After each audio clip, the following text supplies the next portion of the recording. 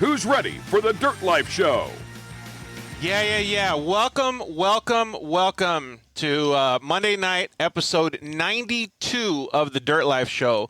We really appreciate you guys joining us tonight. We had already started on Instagram Live. We're a little late because of some technical difficulties, and we really appreciate our featured guest, Toby Price, being so flexible on talking with us here. It's awesome to be able to have him join us. I will do the proper introduction. We have to my left, I've already said it once on Instagram, but we have my buddy Big Joe Weining over here. He's part of Toby Price's Red Bull Motorsports and Toby Price Motorsports Trophy Truck Racing program down in Australia. And to my far left, we've got co-host extraordinaire Casey Peck. We're back in Arizona having a little bit of fun. So we really appreciate both of you guys joining us. Thank you. Thanks for having us.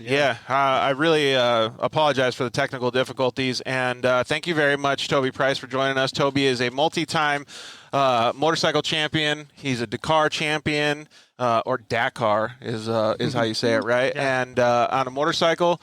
And, man, he's done so much racing, and he's been such a high level for so long. And now you guys are dipping in or helping him achieve his goals in a trophy truck, man. So it's really cool to welcome Toby Price to the show. So sorry for the second introduction, Toby, but thank you very much for joining us, man. That's no dramas, mate. It's we can talk by helicopter from Mars, but we just have troubles trying to communicate in this world. But all good. We're stoked. Everything's all going well, and we're busy in the shop trying to get things sorted here. Ready to get back overseas, hopefully pretty soon. Yeah, that's super cool, man. Looks like we're trying to get Mark on as well. So let's see if we can get him to join us over here, too. It'll be cool to talk with all you guys because it's a pretty big effort to be able to go trophy truck racing, right? There he is. There he is. Mark, what's up, buddy? How are you? Okay, man. Did I miss it? No, we're on. How are you? Good to see you all. How are you doing, buddy? Well, really well. We're getting ready for the next race meeting. Dude, I'm so pissed off at this internet. Like, I just don't get it. I don't even know what. Maybe we should restart the Instagram Live. Like, I don't know what we should do. Like, because I really want Toby to be able to sit, like us to be able to see him and stuff. Hey, would you guys mind if we restarted this thing? I don't know what else to do with this internet connection. Is that going to be unprofessional of me to ask you guys to do that? Oh, good. No. All right. I'm going to kill it real quick, and then we'll join you guys back in, okay? So I'm just going to log out and log back in. All right, boys? Mark is he's the crew chief for the Red Bull Ampol Super 8 sweet. V8 car championship deal. No, he was part of this program this time around. Okay. Yeah, we're still live over here on Facebook and stuff. So cool. We weren't even sure if I could get over there. What's up, guys? Hopefully Toby and everybody will start joining us again. So sorry for all the technical difficulties. It never, ever fails. You have everything prepared, and all of a sudden it just takes a big old fat dump on you. Yeah, so that's that whole thing, right? You get 4 flat tires and you only have 3 spares. Yeah, exactly. That's the way it works, right? So we'll let everybody log back in again. I really appreciate those guys being flexible with us, man, because I feel like such an unprofessional jerk when that stuff happens. You know what I mean? It just sucks. But it is what it is. Yep. So you know what? Actually, I take that back because we're talking to Offroad Racers here. They know all of the stuff that happens, so I'm glad that they're being flexible with us because that's the thing, George. We think we know all the stuff that happens, but there's always something that comes up that. Yeah, exactly. Just think about piecing and parting a trophy truck together over the last C19 year. Like, how many times did you come up with this exact situation? Like, oh, we don't make that anymore. Yeah. Okay. 100%, right? We'll make something. Yeah. There he is. All right, we can see him, man. The man, the myth, the legend, right there. We're gonna get Mark over here on as well, Toby. So it looks like we might have a little bit better connection now. So we were just talking. I was talking to Joe, and I was saying I feel like an unprofessional asshole because the internet and stuff is not working. But I go, wait a minute here. We're talking to off-road guys. They already know shit happens. Yeah, that happens every day life in off-road world. So I'm just gonna make one wrong note on my GPS there, and we all complete shit show. So I wouldn't stress, mate. It's all good. Totally. Well, we really appreciate it. And exactly.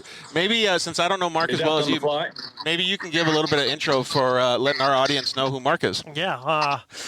Joining with us today is Mark Dutton. Mark is the crew chief for the Red Bull Ampol V8 supercar team over there. It's a 2-car team. Top of their game. He's top of his game. Really, really good guy. He came, him and one of his mates, Nick, had came with us to assist us in the Tats Fink race. Oh, really? Hey, Mark, do you have your cell phone? Maybe you can turn it down, or if there's another audio that's coming in, because it sounds like we got an echo coming from your phone. There we go. Sounds like it's just better turn now. It down then. Perfect. There you go. Yeah. Right? Awesome. Can you hear us still? Perfect. But Yeah, Mark, still gotcha. Mark and Nick had came in to assist us with this race, and man, just a huge help. And it was a lot of fun because they come from circuit racing, Right. on their. I'm just gonna throw it out there. That V8 supercar stuff is so badass. Dude, that's impressive. And Way different focus. And right. spending a week and a half with Mark and Nick. They're searching for hundredths of seconds. Right. And you're just like, hit the bump faster. Yeah, right. You just turn the screw up. You know what I mean? Right. It's they're so regulated. Yeah, that's that awesome. it's and Mark was just blown away at how open we are to do whatever you want. Right. It's desert. You know what I mean? So, you desert racing guys are retarded. Like, what are you guys doing out here? So if I have to guess, he started digging into like, all right, what can we do that's like solid data that we can look at? Yeah. Yeah, exactly. I bet. That's Exactly. awesome. Hey, Toby, love maybe it. you can actually expand on that a little bit. So when you have those two worlds come together or match up, how does that affect the program? Because I feel like that would elevate it so big. Yeah, 100%. Having Dutto and Nick come over on board this year was, just another thing we could bring to the table that would elevate the sport here in Australia. And, it was like I say, Mark and Dutto and the V8 supercar team, they're trying to find like 1/10 of a second everywhere around the track. And we're just basically going, well, we just need to hit bumps faster, and we need to add more weight to the car to try and get the car to My settle kind of guy. while they're trying to drag weight out of the car. So it's just it's two different worlds. But does table just the engineering side and looking over everything and just looking at data and figuring things out was just a massive big key to the whole situation. And then Nick, basically, he's worked for Formula One race teams. He's worked for World Rally Championship. He's now in with basically the best team in Australia for V8 supercars. And he basically gave him a job, and you didn't have to stress or worry about it. So it was an awesome mix. And then Joe, basically with his 15, 20 odd years experience in off-road, pretty much the best people in our corner to make my job quite easy. So it was all a big team effort, that's for sure. Yeah, that's cool. First of all, that's a massive compliment for everybody that's on the call, for Absolutely. Mark, for Joe, and for me to be friends with Joe and Casey be friends with Joe. That's super cool to see. But before we ask you how it feels, maybe Mark can give us a little bit of an insight on coming from the road world, getting into the dirt, man. That's got to be pretty intense. Yeah. I mean, I was pretty lucky, I thought, and fortunate to be given the opportunity. So, thanks again to Toby and the crew. But all the same principles apply. You've got highly engineered and developed weapons. Machine was amazing. Just the technology in it, the engineering. You could see the attention to detail in every nut and bolt and every fastener and panel, etc. So a lot more overlaps than I think people can first think. Same with Joe, with the experience of a few shock or damper adjustments to make it handle better and differently. So that all applies. Reliability, making sure that you're dotting your I's, crossing the T's, all those cliches. You throw them all out there, but they're super critical because because competition was so fierce out there. I think there was 160 different trucks and buggies and that entered. So it wasn't a one-horse race. So obviously Toby and the crew wanted to come at it from every angle they could. And with Joe and myself and Nick and the whole crew and Toby and that, when we were just making sure, all the prep work had been done by Joe and Toby and that preparing the truck. But then when you're running it and there's little obstacles that you're coming up against, I think sometimes it's just helpful to have different eyes and different brains to bounce ideas off. I'm sure Joe would have done the exact same stuff that he did so well without me there, so I can't take any credit. But I really enjoyed working with Joe and Toby and that, and when we were faced with a question or a hiccup or something, we all wanted to make sure that we left nothing to chance. Everything was looked at, everything was put to bed. When that truck was going to hit the track, everything that we could do was done. So there was no, I wish we had have looked at that a bit better, or maybe we could have addressed that in a different way.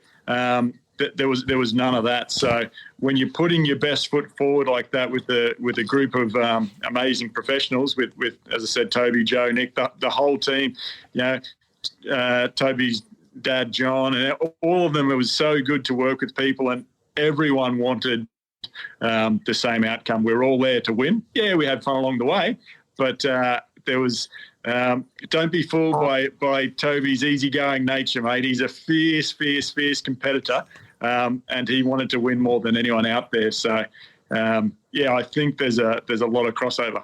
Yeah, it's super cool to hear that, man. So two of the things that I heard, first of all, was Toby's father helps out. Oh, big time. And how much fun you guys had. And that's the reason that the Dirt Life Show exists, right, is because we're so stoked on off-road. Like, we grew up in the dirt. Yep. We didn't even have paved roads, like it's very similar to some of the stuff that Toby did when he was growing up. Like, maybe you can kind of give us a little bit of a background on how it feels to have this organization helping you and all this team, Toby, these professionals and the new trophy truck. Like, everything is coming together in, like, it was like a dream. Now it's reality. Yeah, for sure. Like, for me, it's I stand on top of the podium at the end of the day, and people just look at me, but there's a massive big team of people behind me that make it all a reality for me. So without everyone that's in my corner, these things just wouldn't be possible. So to try and run this program, it's a lot of work, a lot of effort, a lot of time to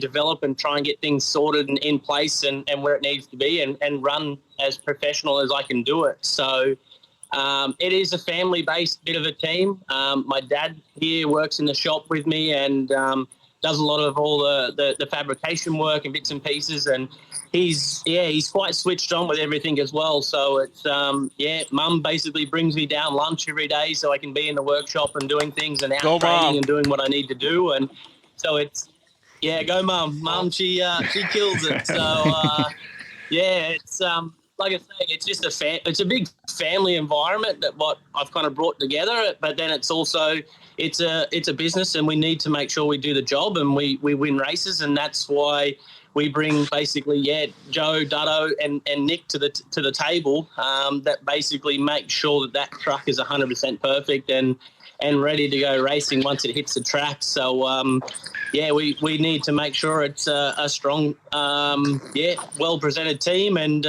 look after my sponsors. So it's a hell of a lot of fun. We enjoy it. We love getting in the dirt and getting dirty. Hey, so talking about sponsors, Dutto's over there. He literally just did a sly Red Bull chug right there. So nice. he's got a lockdown, man. You got the whole team doing it. I tried to turn it so it was outside the camera. We got it, man. Hey, big old fat sponsor plug right there. Nah. Good job, Mark. We got the hat there, yeah. Hey, so we got all these laughs and everybody's having a good time, right? But Joe, maybe you could tell us a little bit about how it was going from the United States, because most of our listeners are in the United States, going all the way over to Australia and hanging out with these awesome dudes. It's become, this is my third trip over there, and it's become a second family. They are just just good people. just Yeah. good. I think you can people, tell know right what I now, mean? like It's what you see is what you get. I think that's the feel I get. I don't think these guys are putting on a play. I think this is really them. So Not at I'm all. sure you fit But that's right in. And that's also how you know they're smart motherfuckers, though, too, is because they know exactly what they're talking about and they can have a good time and still get the job done, right? yeah, no, they're just from the first time I went over there in 2019. Welcome, open arms, welcome, whatever you need, and it is a family. The whole Toby Price Motorsports team is family oriented, and like I say, mom's there, dad's there. You know what I mean? And it's just, Making delicious sandwiches. Oh, for sure, for sure. It's and that makes it so much easier because there's a great ambiance to it. sure. And yeah, there's still work to be done, and there's still pressure. You know what I mean, for sure. The coolest thing for me, I've known Joe forever. We were, little kids riding around dirt bikes and whatever. But like, it's easy for me to think that Joe would be at this level. But think about like, throw the best guys in the world and like throw their names into a bowl like that you pick to build this truck and be the guy that like maintains it and every everything. bolt has to be perfect. I'm sure Toby's right here with me, but like that's the name that gets pulled out. Like to me, like I'm so pumped for that. Oh, like, dude, absolutely. Like, it's obviously these guys know, and it's no offense to anybody else who does this, but like this is just a little town, that where we grew up. Yeah, dirt life and dirt road and dirt bikes, and Joe takes a path that gets him doing these race cars and supporting these people to get them at a high level. And I'm just like I almost have like shivers like thinking about it. Like that's such a good. You flew around the other side of the world. You were walking upside down from where I'm. Yeah. And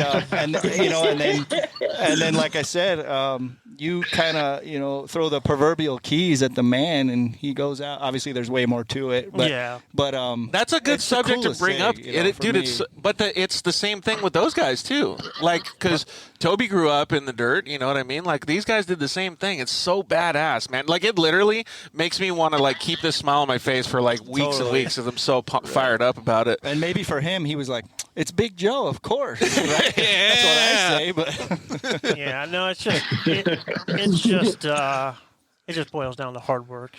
Well, Hard there's work no and lack of that, dedication, and like say Toby and I developed a friendship. You know what I mean? And now I've met Mark, and we've developed a friendship. You know what I mean? And it's it's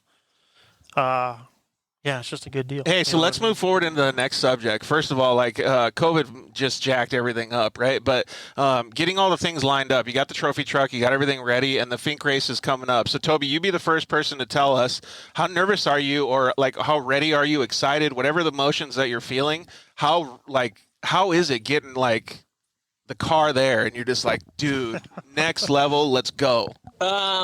Yeah, it was super exciting for me. So to have a brand new trophy truck in my hands, and the one I built and kind of came up with all the parts that I wanted to put into this truck, it was super, super tempting to take it out on the street and just rip it up the road. But I was like, I just don't want to get this thing confiscated off me. The police aren't so lenient here in Australia. So I had to hold back a little bit until I got it in the dirt. But that first day in Alice Springs in the Red Center, I was like jittery. I just didn't even know what to think or what to say of how well this truck came together and how it felt and how it drove around the track. So, we had a little teething issue at the start. We, Dutto and Joe got onto a power steering temperature issue.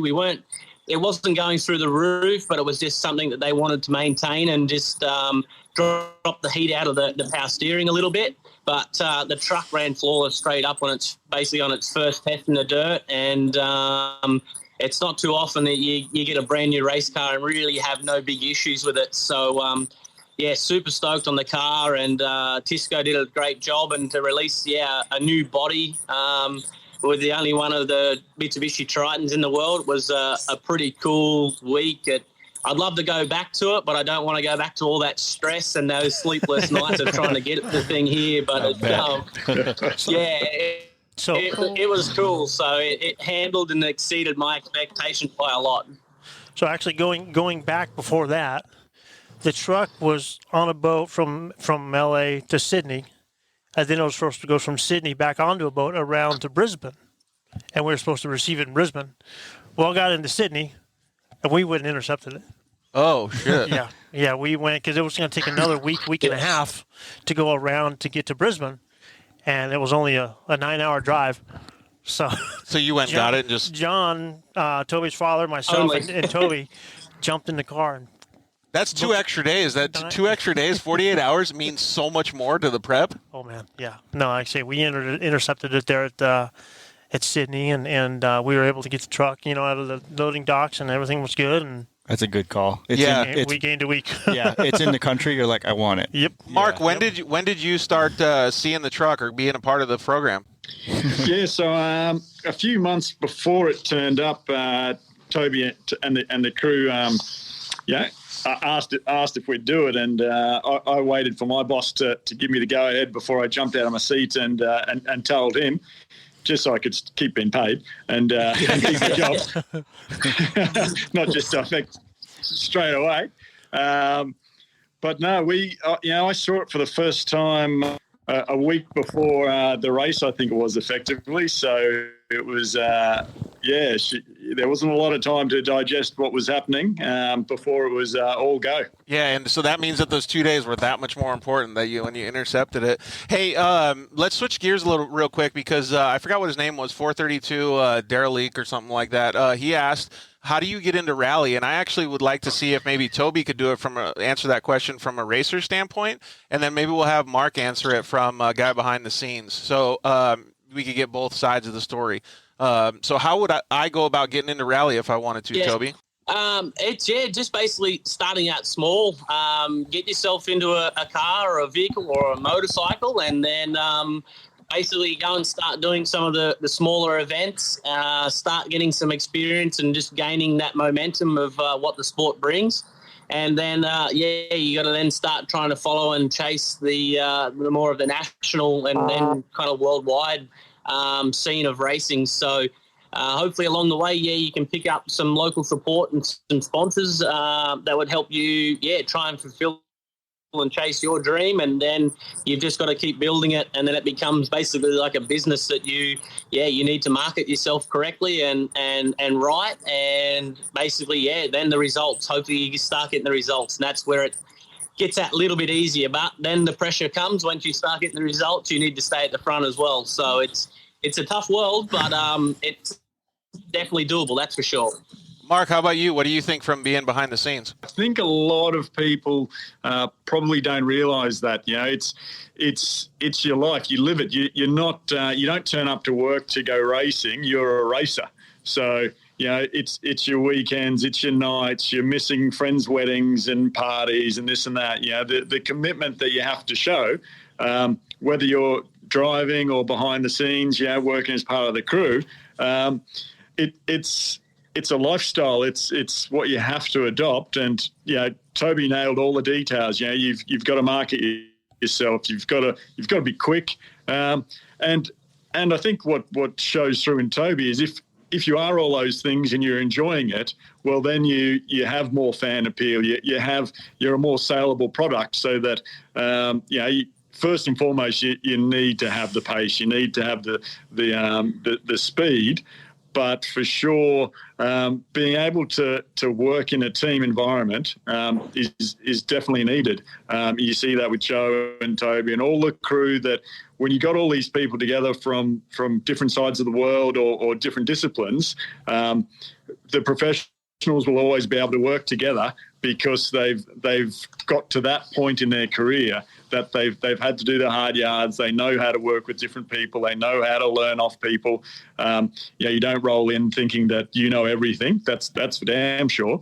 It's constantly learning. So if you're trying to drive in a rally car or you're on the track, looking at the different ways to step up, as Toby said, with some of the starting small and working through it.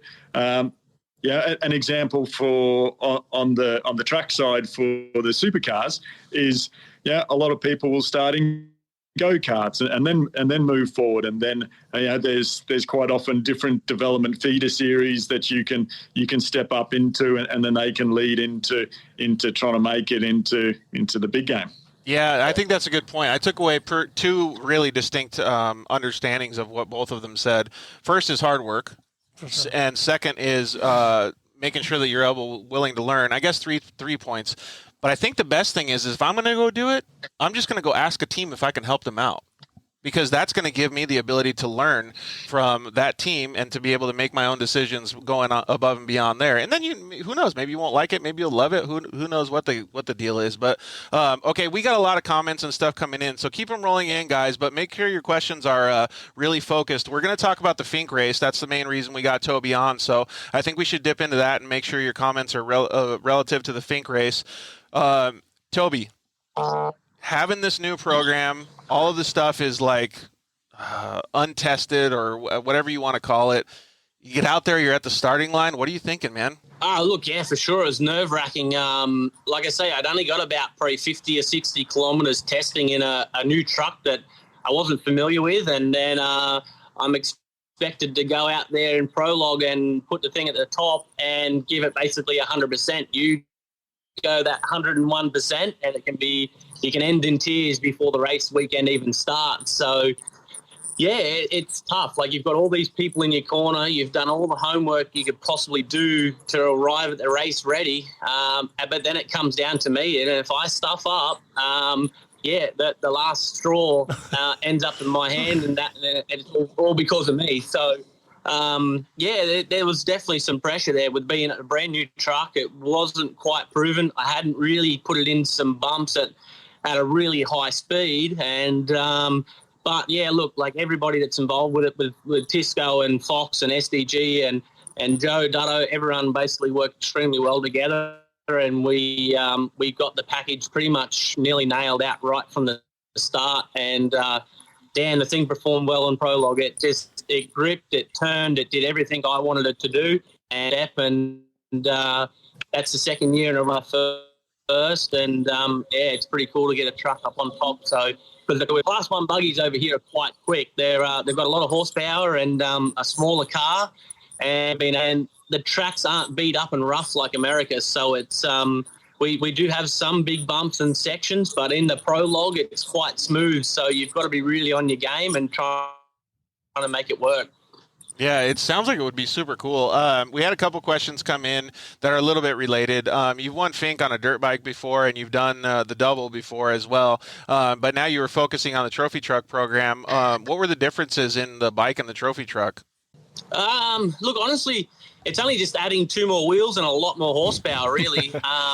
Everything I kind of do on the motorcycle is the same lines and the same like mentality of thinking. Like, the motorcycle, you're out in the element, you're going to get hurt if things go wrong. Whereas the trophy truck, you can kind of you're sitting there and you can put your foot to the floor. It's going to be, it'll end in tears if it goes wrong. But the safety barrier, like you're 10 times safer. Knowing that, you're not 10 foot tall and bulletproof in one of these things, and understanding that, the truck, it can go wrong, but just trying to apply basically the same racecraft as what you do on a motorcycle to the car, and we're able to adapt pretty quickly, so it's not too bad. Did you pass any of your buddies that were racing their motorcycles and just be like, yeah, peace out, I'm in a truck now?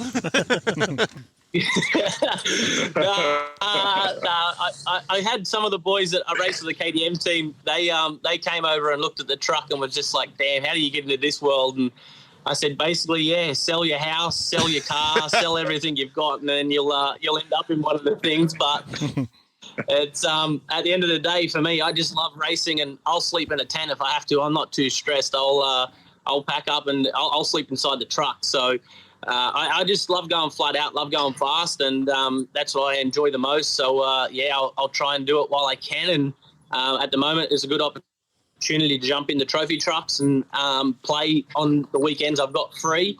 I probably should be resting and getting the body back into not being so sore, but we enjoy going racing, so I'll do it while I can. Hey, Kay, so I think you'll probably be on board with this. Can you put a camper on it? Oh, on the camper on the back of the trophy truck, sleep in the back. I think you'll be on board with this. On the roof and just pop there. You see those safari dudes doing that all the time down there, right? Is that the overlanding trophy truck? Yeah. Oh, great.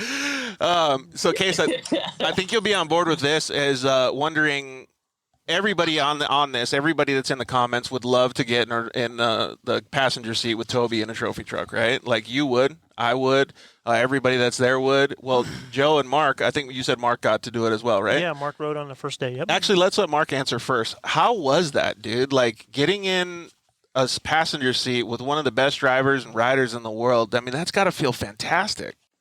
Yeah, exactly. It did feel fantastic, and it's a different mindset when you're getting in to do a job, I feel. Yeah. If you were getting in just for a joyride, your heart rate would be through the roof. You know, you wouldn't stop laughing and smiling and and holding your breath on the jump, sort of thing. But when you're getting in, and you're, especially for me with the lack of experience, I was just trying to focus on looking at the maps, looking at all the vital signs on the dash from the Motec dash with all the info coming through. At one stage in the section, I had to remind myself to sort of look out the front, look out the window, not just keep yourself busy doing what I thought was the role. Because as I said, being a rookie and an amateur in it, there's definitely, I had a lot to learn. The best thing about getting in with someone like Toby, as you said, with a world champion, is you can just have that total trust. There was never a moment of fear. There was never a moment where you thought, oh shit, something's going to go wrong, or you were nervous. There was no nerves for safety at all. You're in an awesomely built truck. You're there with your driver who's piloting it, who you've got total faith in. Different story if you were getting in with someone that you didn't have faith in. But that was what made it so enjoyable, and it was amazing. All the different across the race event, the fans that would come, and they all think Toby's a bit loose, and they're all like, "Man, you're crazy getting in with Toby." And I'm like, "So if you were asked to get in, you'd say no?" Yeah, exactly. Like, oh, no, man, I'll jump in, sort of thing. So it was pretty funny, the amount of people who thought I was crazy. But when I put the question, would they jump in? I think they were ready to knock me out and put my helmet on and pretend to be me just to get the opportunity to hop in. Yeah, and I think it's a little different for you, right, Joe? Because you have a little bit more experience sitting in the passenger seat than maybe Mark does in a trophy truck, because he's used to the road world. Yeah. What was it like for you?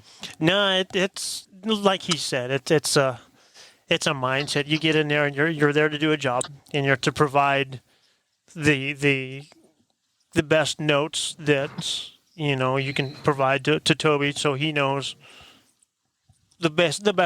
Just basically put a plan together between the two of you to get the best outcome. And like you said, complete confidence is key. It's huge. I've ridden with a lot of guys racing. I've been doing this 15, almost 20 years now. And there's been some drivers that just scare you. Just because of their actions and stuff like that. Riding with Toby, I've been with Toby quite a few times, and Toby's real fluid and smooth, and you don't really feel like you're going fast until you look out and you start seeing stuff go by. You're like, wow, we're really moving. But the confidence is there. You have confidence in your driver, and you're doing your job, and you don't think about it, to be honest with you. So we just had a comment come through, and I know it's a kid. It's Charlie Semler. He said, can Toby give us one tip for riding? I think he's got a YZ85 or KTM 85 or something. You got one riding tip for him, bud? Dan. Look at mate, riding tip wise, got some people in the back of the photo bombing, so that's the boys from next door. But mate, like, it's honestly just get out and ride and practice and start with the basics of just going to find like one corner and practice one corner over and over again, and just try and make it super efficient. Don't try and go for outright speed straight away. Just get the technique right and dialed first, and then basically start to try and add a little bit of speed every time you keep going through. So it takes a lot of time, but just make sure you've got all the right gear and equipment on, and get out there and ride and practice as much as you possibly can. That's the biggest tip you can get. And main thing of all as well is just enjoy it and have fun while doing it. Yeah, I think that's the best advice you can get, man. And just get out there and ride if it's a YZ85, get out there and ride as much as you can, man. Just go have some fun, dude. Yeah. It'd be really cool. All right, so we want to talk about you winning the race. And, man, so how'd the truck perform when you were out there, dude? Because it looks like in some of those pictures and some of the media that we've seen on social media, it looked like that thing was ripping, dude. Yeah, look, the truck was really ripping. And like I say, it blew my expectations out of the water of what I thought the truck would do. And, the run down with Dutto. Obviously I didn't really do my job well enough. I didn't scare him or nothing. So he did exceptionally well, and he called all the notes perfect the whole way down and monitored everything unreal. So we had a really good clean run down. So we did 230 kilometers in an hour and 39 minutes. So that's a new record to get down there as well. So Dutto's got a record to his name out there. So it was cool. Unfortunately on the way home we did have a little bit of a hiccup. Something was just wasn't so happy. About the 100 kilometer mark back to the finish. So we had 100 kilometers to go. We just had a fair few spikes in the water temperature. So that's why I've got the engine sitting just out over there at the moment. We're going to diagnose what's going on with that.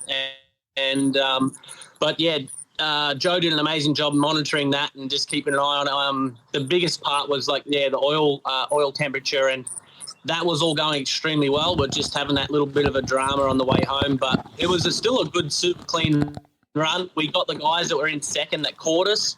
And then basically I just said to Joe, hold your finger on the clear button. We're going to make the finish line in first, or we're going to be sitting on the side of the track. Like we just can't, I can't do this again. So, let's hook in and get back on it. And surprisingly enough, the truck actually, started to do a lot better once you started pushing the truck and moving again. So, it's a bit of a weird mix. So we got some things to try and diagnose. And, but other than that, it was no better feeling to cross that finish line first.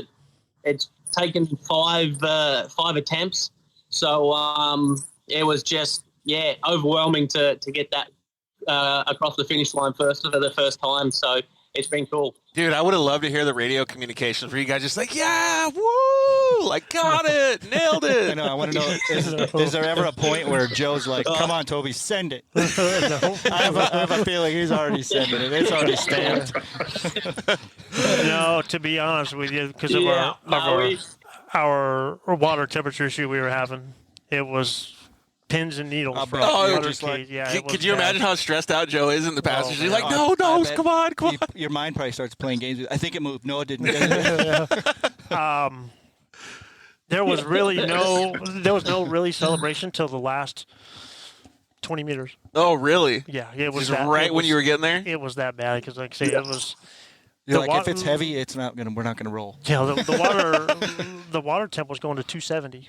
Whoa! Oh, man. Yeah. So, it was real scary, but all we had to do, and of course, with the first part of the race on the second day was good. We had a lot of dust. It was real dry, and we had a lot of dust. So it was not that big of a deal.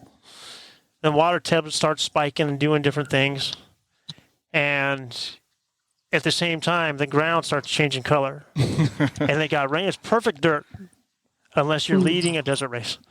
It was wet, and look in the mirror, look in the rear, in the camera in the back, not an ounce of dust at all. Really? And here we are babying this thing, and we're like, oh no. Does that it's two-wheel drive, right? Yeah. Okay, so it's not like it's binding it up, like it's getting good traction. But it's not like that's not causing. Oh, it's like that heat. Whole when you get your dirt bike on chocolate cake, and you're just ripped. Does it feel like that? It was perfect, other than we had an engine problem. Oh man! And we didn't have any dust. And you're like, he could just be to the floor, darn it. Oh, so he was. I gotcha. He was coming. We knew he was coming, so we kept watching and watching, Gotcha. and then we could see him coming, and just like Toby said, it's either checkers or wreckers. So love it. We hammered down, and what does he say? Hold on to your shorts, Joe. We're going. No, I think he said the exact same thing. We're gonna win, or we're gonna blow this thing up. Dude. And I ended up just leaving the water temperature alone and watching the oil temperature. Oh, good call. And oil temperature was doing what it was supposed to do, and I said, let's just go. And we made it. Dude, that's so sweet. All right, so the drama and stress kind of leaves you guys. You cross the finish line. What's because everybody's hearing on the team, everybody's stoked. Like, what's the next thing that happens? Everybody's just pumped, and you guys get to celebrate on the podium. Why don't you answer, Joe, since the internet's bogging out a little bit?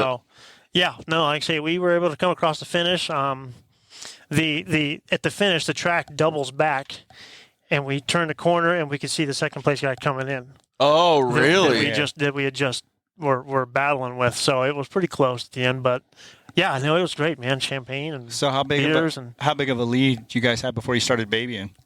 5 minutes. Holy crap. So yeah. I'm doing the math here, and I'm like, so that guy ran a good pace, obviously. Yeah. But you had 5 minutes on him. Yep. Right. And you guys still won the race, and it was like a time that was like Yeah, no, we a record time. So it could have been 5 minutes or what you may have made up, but could have, would have, should have. That's racing, right? Yeah. But wow, how awesome is that? Like you guys were getting it. That's so crazy. We were, and that truck works so. And like Toby said, the harder you push it, the better it worked. It was like wow, it was like Mark was saying. You start giggling and laughing because it's you're seeing stuff that's just not computing, and you just float right across it. That's so crazy. Awesome. So cool. I could only imagine how good that feels. It looks like the internet's having a little bit of issues. If Toby, if you and Mark can hear us, you guys are more than welcome to log off, and then log back in. I don't know if it's our connection or if it's your guys' connection. It's probably ours. We'll blame it on us over here. One of the things that I wanted to talk about a little bit more was that the international off-road stuff is growing so much bigger, right? We got a follow-up question to the international off-road stuff, but the international off-road stuff is growing big, man. It's pretty sweet, right? Dude, it's huge. It's getting really big. I have a really good friend. His son, Austin, is racing Can-Ams. He's a factory Can-Am racer for Austin Jones? Austin Jones, yeah. He's won 2 rallies this year, and they're over in Russia doing the Silkway rally right now, a big 10-day rally. It's killing it. And, yeah, like I say, the whole off-road worldwide is going big. Is that, good. Joe, to back you up, so that rally, is that, it's not like a rally car race. It's like a desert race, but point to point to point to point kind of thing? Okay. Correct. So you get there, do your thing for the night or the day or the whatever, and then go again? Correct. They're all staged events. Staged, okay, there you go. Perfect. And like I say, the Silkway Rally is pretty much a sister rally to the Dakar Rally. Oh, okay. So it's a 10-day deal. It goes all the way down into from Russia all the way down into Mongolia. Oh, wow. And it goes through several different countries. That's pretty gnarly. It's a big deal. Yeah. It seems like it would be pretty cool to do that thing. And that's all vehicles, everything? Yeah. Semis, you name it. The big, the big Iveco trucks. Yeah, those are cool. And actually, a company called South Racing has put together this Can-Am deal for him, and he's killing it. He's killing it this year. He's doing really good. Really proud of him. That's awesome. Hopefully, we'll be able to get Mark and Toby back on here in just a little bit. I don't know. The Wi-Fi just, I don't know what to do. And even the WRC rally stuff we say it's getting big. It might have always been big. It's just now that the media is so much more involved. Sure, that makes sense. That it's more viewable for us. You know what I mean? Yeah, a lot of times that's what it takes. You know, yeah. No, you didn't even know it. You're like, what? Yeah, and it's top game stuff over there. They know. I'm sure the Europeans and not everybody. It's pretty rad that it's that big, though, right? Yeah, no, and like I say, it's probably been that big the whole time. We've just never been subject to it because the media, we didn't have the coverage like they do now. I've always heard supercars were big over there. Like, remember, actually, that what brings you to it is like, oh, Tiger Woods is caddy forever or whatever. That's what he did. Like he stopped, and that was his hobby on the side. And I guess those guys are probably laughing at me, but like for me, I was like, what does that mean? And then you look into it a little bit, and you're like, oh, actually, okay, that's like the real deal, just different. It is. But if not, maybe even more focused. Yeah, it is. It's never been backstage at a NASCAR event or a Formula or IndyCar, anything of that sort. But I had the chance to be with Mark and a couple of their guys on the Red Bull Ampol team back behind the scenes at the races and stuff. I bet you just had a field day. It's dude, it's intense. Well, and it And like I changes. say, and they're looking for that hundredths of a second. Oh, totally. And the stuff that he's talking about doing, I'm like, Sure. are you? But they're doing it, and they're running first, second, and I would bet on the though podium that all the time. being that it's that eye-opening for you, it probably then translates into something that you can focus. Like you can now kind of throw that at what you're doing. I'm sure. Yeah, no, Maybe it's not like to the saying- same degree, but the mindset is the same. for sure. And that's when, like say, with Mark and Nick coming aboard for this race, it was an honor to be able to work with those guys because they're at the top of the game. I mean, So the way cool. top of the game, Right. and they have a different mindset. You know Yeah. what I mean? Like say, so often, in motor or any kind of type of motorsports, you're in it for so long, you just kind of Right. got that mindset. And no, this is the way you do it. Yeah, and you've already thrown other things out because we tried that 20 years ago. It didn't work. So. Yeah. And now the new eyes, like you say, are like, Correct. How come you're not doing this with your tires? Or how Yeah. come? Yeah, I could. I could. That's so cool, I though. could Like see the combination of all that stuff makes such a cool difference. Though, like I feel like Definitely. that's such an awesome way to look at things. Yeah, Sure. no, it was an honor to have them on with us and doing that stuff. But so cool that it was. At what I'm taking from Mark, it was just pretty eye opening for him too. So like for him, it was probably like almost like a blank slate. Like there's already some things that are set, but I bet for him, he's already got like things that they're talking about. I'm sure there Oh, yeah. has to be. yeah, how, yeah. How cool is that? No, there it is, and that's the thing is you got to keep up in the game, Right. You know what I mean? Because you can't just in any type of racing, motorsport racing, Right. you can't just yeah, we won this year, we're not going to do anything for next year. We're good. Just put it in the garage. We'll good next year. Because There's so many people that sleep on that, though. Like, oh, we won a championship. We're going to be fast next year. It never works like that, though. no, it doesn't. It's like you say, we're There's always somebody working harder. Is what oh, yeah, happens yep. with that No, different mindset. and, maybe. but it was really nice bringing a new product into the Oh yeah. Australian off-road and Sure. and proving to everybody that these new products are badass. Yeah. You know what I mean? Yeah. And And no failures. Like you Well, guys, like you say like you that. said, you guys proved, dude. That thing. So sidebar, obviously all that work behind the scenes to like make a machine work, but like it looks so rad. yeah, It's no, I'd say different. that It like the Mitsubishi had stepped forward with the design of the body, yeah. and Toby had got it with Fiberworks over in California. Okay. And it went through Mitsubishi Japan and Australia and all around and round and round. And finally, they got a design for the body, and Toby has the molds, and all Awesome. that. And it's just Well, I'm sure I it's don't. cool because it's so different. That's what I'm saying. I'm sure I don't speak just for myself on that one, but I will just speak for myself. But when I saw it, I was like, "What in the?" And then I looked at it for a minute and was like, "This thing is so Insane cool, right? mind-blowing just because it's so different." Yeah. Hey, Mark, can you turn down your volume a little bit and then give us your answer on how you felt that the new trophy truck looked? You got me there, boys? There you go. Yeah, can you hear us? Yeah, I can hear you. Mate, the new trophy truck looked amazing. Like the angular design of all the lines. It just, mate, to me it looked like a stealth bomber. It just looked badass. Loved it.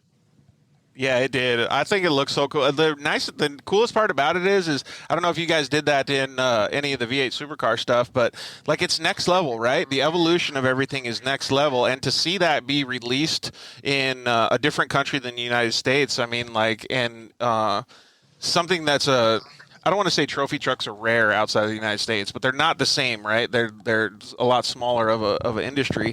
Like, to me, that makes me so happy because it means that the off-road internationally is growing to be so big.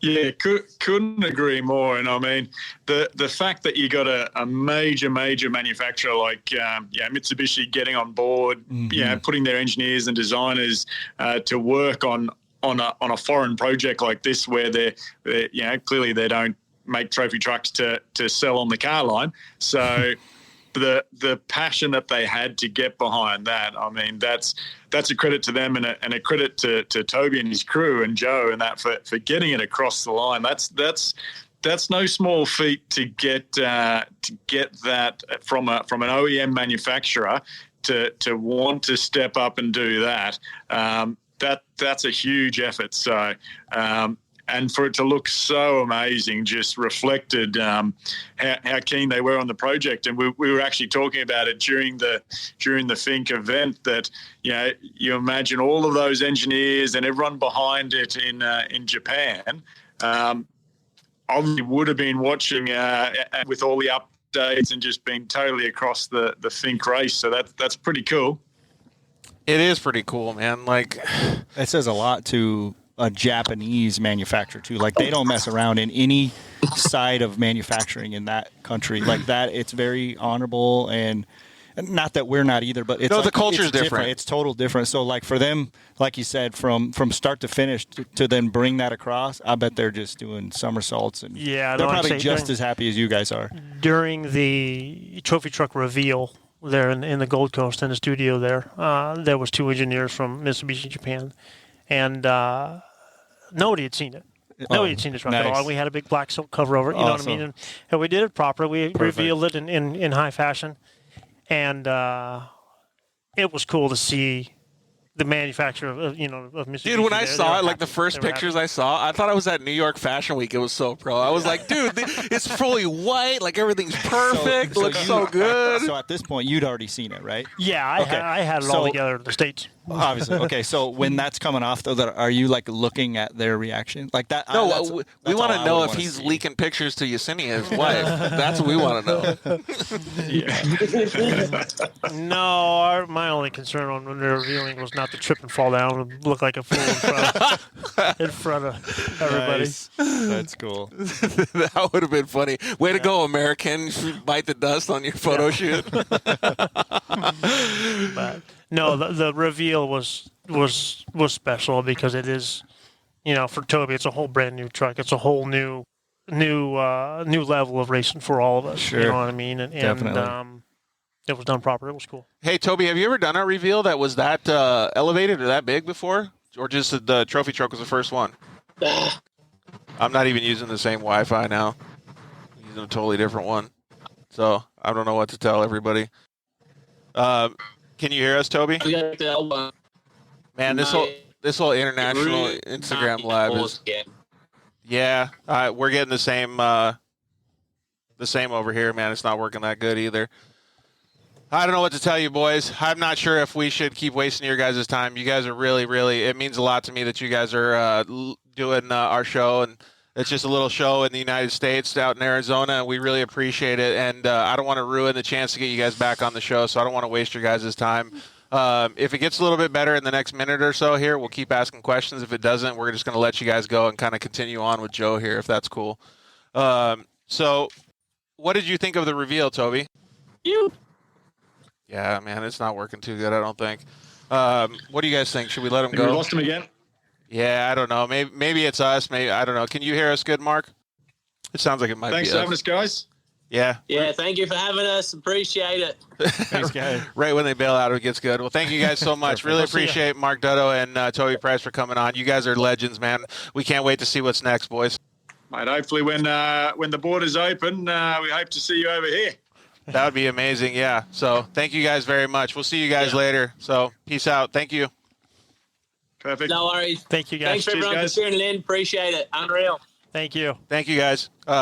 So we really appreciate those guys coming on. We had a couple more questions for him. Unfortunately, technology didn't give us the benefit of the doubt today. Maybe what we'll do is we'll have him do another Instagram live one of these days too, and just kind of get things ironed out a little bit more. But I'd like to get their feel on that, on his take, like we were talking about international racing. Well, let's ask Joe. Yeah.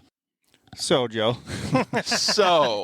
Current state of racing, statewide and international. We were kind of talking about it a little bit. It seems to be blowing up, and I think some of your point was that maybe we're not exposed to a certain amount of it, and then all of a sudden, when you are, maybe it's covered, or all of a sudden it actually gets it gets in the limelight like it's supposed to. Now you're like exposed to something you didn't know before, and I know that blows it up. But at the same time, I think maybe it brings, two sides of the earth together, racing as well. I mean, what's your take on that? Did it feel the same where you were? I mean, was still guys doing everything they can? Dude, it's the all I can speak of is the off-road camaraderie. You know what I mean? Oh, Like absolutely. say everybody. We were just to start off with. It's a 3-day trip from the Gold Coast there at the shop to the center of Australia, in Alice Springs, where the race is. Okay. On 3 day, days. Yeah, on day 2, the semi truck had. We stopped at the rest area, and it. I'm building a picture in my brain. Are you driving on the wrong side of the road? Oh yeah, on the wrong Okay. side of the car, wrong side of the road. Honest am I? But anyhow, we stopped and we had lunch. You know what I mean, and did the 2 of the drivers that were with us were commercial drivers. Okay. So on the logbook and all yeah, that. yeah, You know yeah, what yeah. I mean? Sure. We go to leave our little rest area, our little lunch stop, and the truck wouldn't go into gear. The semi truck wouldn't go into gear. No way. And we messed with it. Anyhow, with long story short, it ended up breaking the finger for the clutch actuator. But within 2 hours, there was a company about 90 miles down the road, dropped what they were doing, sent 2 semi trucks our direction. One was to hook onto the semi trailer. The other one was to load the semi truck, go back to their place, their shop, and instantly tore into it and started fixing it. No That's way. It just- pretty badass. Yeah. it And is. like I say, the whole being at the race and all that stuff, you're friends with everybody. You know, Right. everybody. Hey, what do you need? You know, and we had a guy, Bo Robinson, asked if we had a spare gearbox. So yeah, we have a spare gearbox. You know what I mean? And It's ours. he said, well, we're supposed to be getting ours, but it hasn't showed up yet, and that. And if it would have came down to it, here you go. Here's a brand new spare gearbox. Wow. You know what I mean? Does the answer change if it's before qualifying? Yeah, probably. Of course it does. But I think yeah, what it's just so everybody's just it's just awesome. And of course, you put your helmets on, and it's all business. it's go time. Yeah. You know what I mean? But yeah, like I say, I think it's just the and like you're saying on the international level, I think it's always been there. But we just haven't had the media coverage on it, Sure. and Well, yeah, but now it's like elevated though. Like it seems like it is. Yeah. it seems like it's getting way bigger. I mean, the fact that well, you're right. I mean, like Toby's bringing it to fruition, at least in Australia, right? Yeah. But it's not like there's anybody in England that's like promoting it or doing anything. Like, so I think it's just getting a lot bigger overall. You know what I mean? Like, there's more trophy trucks in the United States now than there used to be. There's more side-by-sides that are elevating it. And so my follow-up question to what Casey was asking was, I really think, generally speaking, that side-by-sides are pushing even the higher level stuff through the roof because it's all coming to fruition from those. Yeah. Starting from the ground up kind of thing. Yeah, it's a progression. Yeah. If I'm hearing it, like you start with wherever you start, and then you're this, and then you're that, and then ultimately you're like, hey, that's the F1 of off road. I want to get in a trophy truck. Yeah. You know, and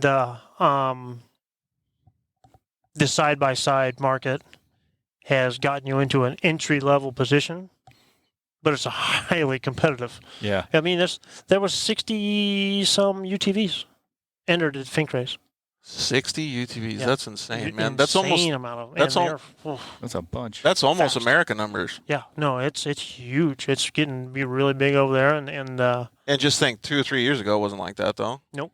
So that's Nope. that's what I mean, man. That's pretty cool. just to give you a heads up, two years ago in 2019, 2 rhinos. Toby and Just kidding. Toby and I we were pre-running Fink in his Can-Am, and there was probably 2 or 3 other guys that were doing the same.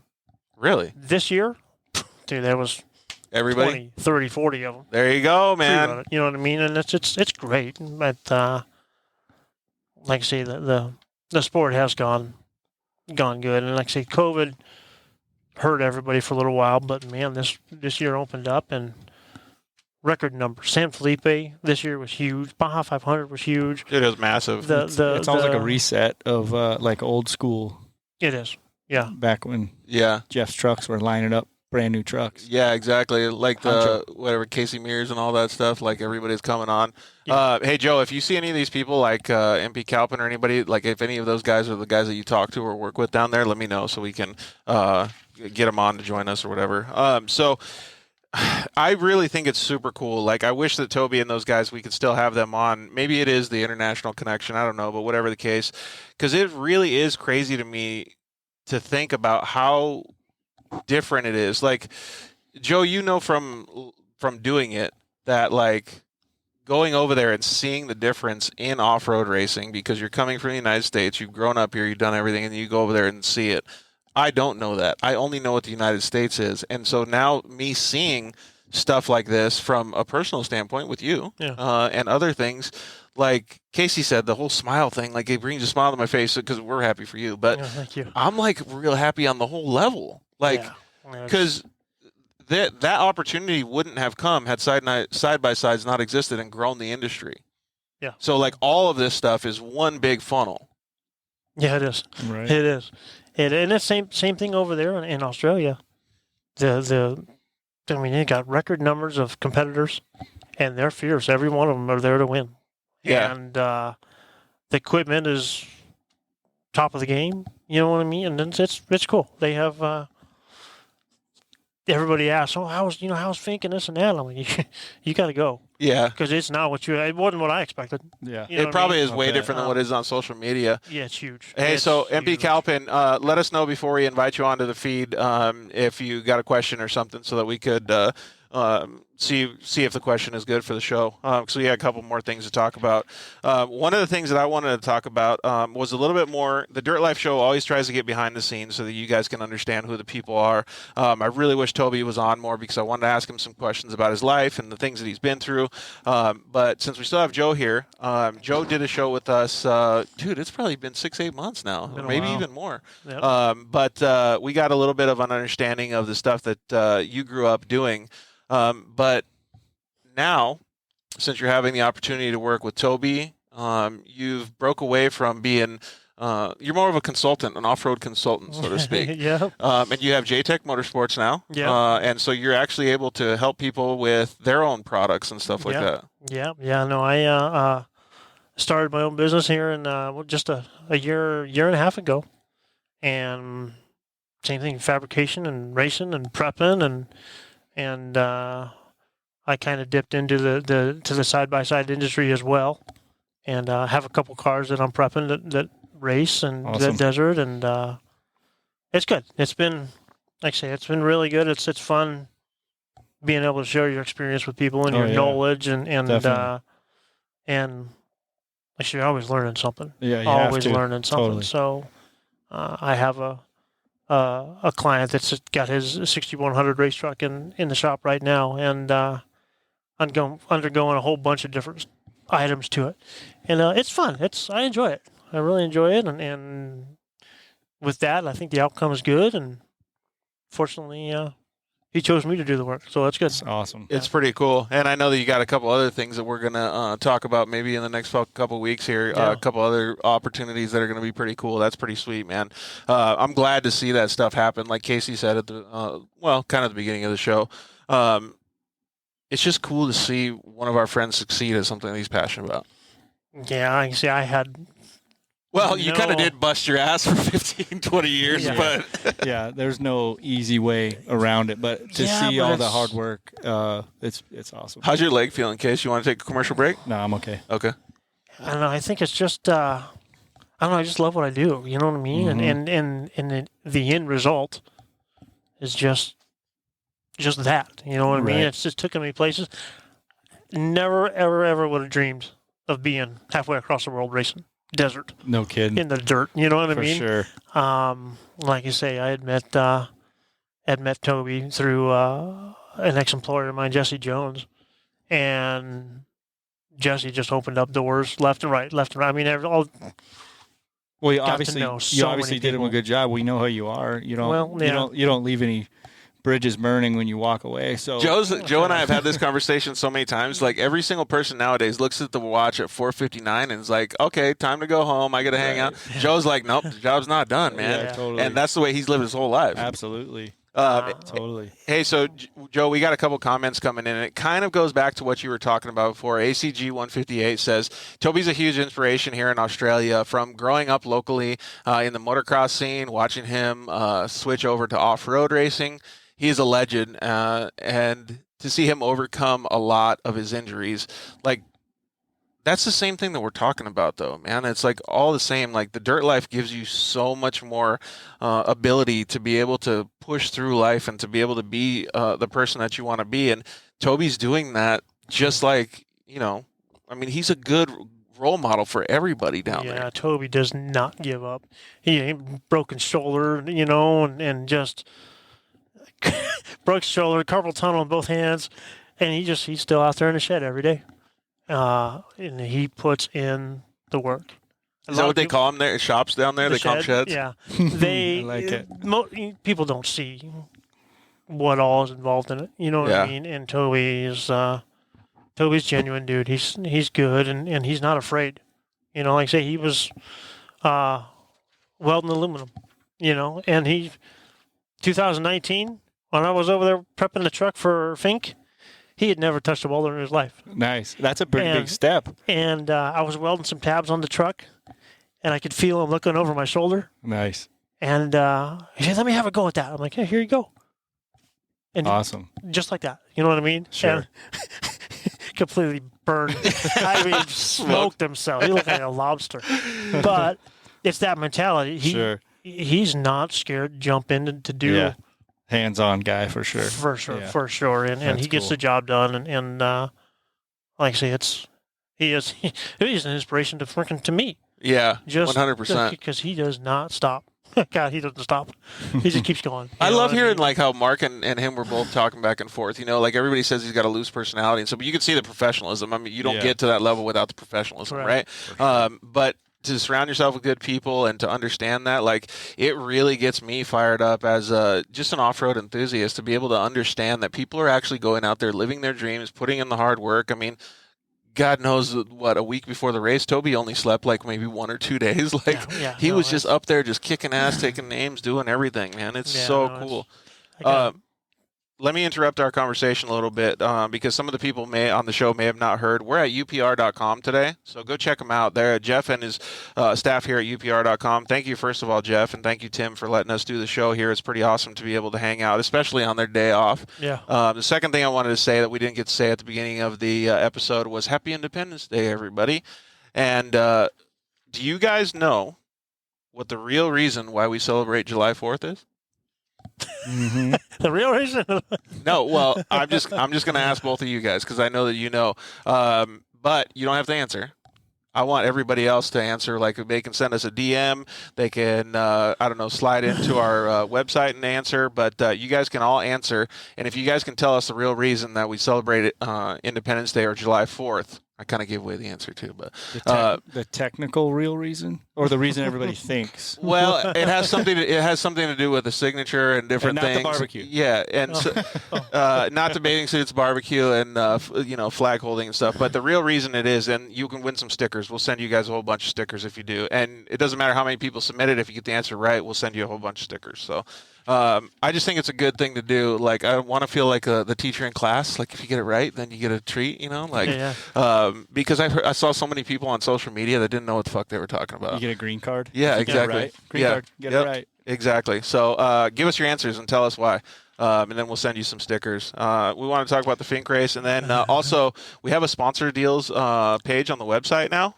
So you can go to dirtlifeshow.com and click on those deals. You can get codes. You can get affiliate links. You can get everything. We got the guys over at KMC. They're sponsoring the show. They're getting something ready, so we're going to put it on the sponsor deals page. The guys at EFX Tires, they're also doing the same thing. Right now, you can go over there and you can learn how to get sponsored. Alex Stryler's doing a whole webinar series that he's talking to all these people. So, in fact, if you want to get sponsored by, let's just say, I don't know, one of the guys that Toby has, ARB not or that one. Yeah, not that one. ARB or somebody. He's got he's had VP on, he's had Coca-Cola, he's had all kinds of awesome people, and they give you this straight answer. This is what we need to get you sponsored. So you can go over there and check it out and get on their website. And awesome. so it's thedirtlifeshow.com, and there's a sponsors deals. You can also get on there. Shock Therapy's got a discount code on there for you. So thank you to those guys. The guys over at Zollinger Racing Products have a deal on there. And we also want to thank just our normal sponsors too, Cryo Heat and Solder Weld too. So Solder Weld's got a discount code as well. So thank you to all those guys for supporting the Dirt Life Show, and we want you guys to support them too. So like I said, go over to the sponsor deals page on the dirtlifeshow.com and check it out. Did you see the sweet the hat that you got on? You mean? No. The Solder Weld has this freaking farmer hat. Oh, to protect from the sun? It's like a big giant roofer hat. It's the coolest thing ever. Really? By the way. Yeah, the Jack Miller. That'd be a good one to get on too. Yeah, that would be. Hey, so see, MP Calpin. Yeah. It's America's birthday. Yeah. So that's not the full technical reason, though. I'll take it. We'll take the answer, though. So what day was it actually signed? That I don't know. I was just pissed off because they didn't know what they were talking about. They were just like, yeah, big old lake day. Let's go out. Hamburger, hot dogs. Barbecue day. Yeah. But it's funny, though, because in America, we have a day for everything. There's a taco day. There's a hot dog day. There's even a national pickle day. Do you know that? There's cookies and donut as well. It's ridiculous. My dude. daughters don't forget those ones. Oh, heck no. But Donut day would be pretty good, though. Yeah. Which donuts are they going for? Cream-filled ones or glazed, or where are they at? They're pretty specific. Well, they'll take any donut, but if they're allowed to go wherever, donut wheel. Joshua Howe mentioned that. Joe, you come over to Australia full time. There's been a lot of conversation about it. What about those big spiders? Never saw one. Never saw one. Saw a bunch of kangaroos. Okay, good. Camels. Dude, that would be pretty crazy for you to do that, huh? Yeah, there's been a lot of conversation about it. And with the family, too? Yeah, the family's pretty keen on it. They seem to be interested in doing it, and it's a great opportunity. So, like I say, How cool would that be? Yeah, it's just a big step. Oh, really absolutely. big step. You know what I mean? But have you ever taken any small steps? well, fortunately enough, all the small stuff has got me where I am. You know what I mean? I'm kidding. It's. Hey, isn't that what we used to say on the show? You got to eat the elephant one bite at a time. Mm-hmm. Yeah. Yep. Joe's doing it, man. Good job, man. Yeah, we're getting there. Killing it. Okay. So, yeah, and then I always forget to say my name. So I'm Georgie Hamill, by the way. This is my buddy Joe Weining. And then, like I always say every time, co-host extraordinaire Casey Peck. So the only one thing that I wanted to talk about now was if Toby didn't win the Fink race, I think, personally, in my opinion, all of the stuff that he did leading up to it, the release of the truck, the content that he delivered to everybody with the truck, like going through being able to do little stuff like us on our janky little podcast and talk with us about things and how you guys were going to the race and having you over there and all of these different things, in my opinion, that's a massive success, no matter how you look at it. Even if you guys hadn't crossed the finish line or whatever happened at the race, I mean, that's icing on the cake, right? Yeah. Yeah, that's just, like you say, that is just icing on the cake. Right. Everything else was so awesome. He got everybody, like a dude like me, a dude sitting on their couch, a little kid, he got everybody so amped up to see him in that freaking truck, dude. Yeah, there were so many vendors that had come aboard this project, and we owed it to them to do a proper reveal. Oh, 100%, You know what I mean? yeah. And we did that, and which I feel we did, a great job on that. And then it came down to putting the helmets on and getting the business. Yep. And doing what we were actually here to do. Which part had more pressure? Sorry to interrupt. Gee, the truck never seen dirt. And here we are out in the middle of Australia. There's I've become pretty good buddies with Andrew. He owns a hydraulic shop there in Alice Springs. But there's no, you know what I mean? The truck's never seen dirt. And here we are. We stuck it in the dirt, and I'm nervous as you can only imagine. You know what I mean? We only got a week till the race. Sure. Yeah. You know what I mean? And everybody's put 100% of their effort into it to get us where we are. You know what I mean? Sure. And like I said, we had this power steering temperature issue, and freaking Dutton and Nick and myself worked halfway through the night, got a cooler on it, and did some things to it. Went out the next morning, tested again, and then I was like, okay, now let's get some seat time in it. Give Toby some seat time in it, get him comfortable in it. You know what I mean? And the same thing with Mark, put him in it and let him get a feel for it. And but yeah, like I said, the pressure really never comes off. The time the pressure came off was about 20 meters from the finish line. Yeah, like you said. When it was like, okay, this thing could blow up right now and scatter itself, and we would still roll across the finish line. Casey, when you hear these things though, like that, like we put a cooler on. Joe makes it sound like it's no big deal, right? But he wouldn't have known that. I can see it. You know, like all of that stuff is. Yeah. And this goes back to what we were talking about. But the knowledge to know to do that. Yeah, sure. Yeah. Right. And Andrew over there at the hydraulic shop was like, "Hey, I have a cooler. It's on my daughter's race car.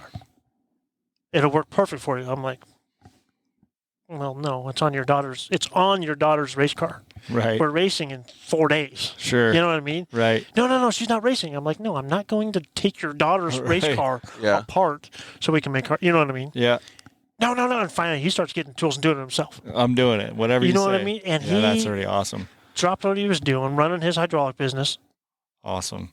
To get us this part, you know what I mean? And actually, it made all the difference, it sounds like. The fittings to do it, and just whatever you need, just ask me. You know what I mean? And that's why you're talking about camaraderie. Man, awesome. You know what I mean? And just for him to step forward and to help us with that, just huge, really huge. And it is super cool. Joe, I don't know if it's bad service. I think it's probably our stream. We've been having issues all night. So Joshua, I don't know how do you say it? Joshua. Is the truck planning to race again this year? Do you know that or no?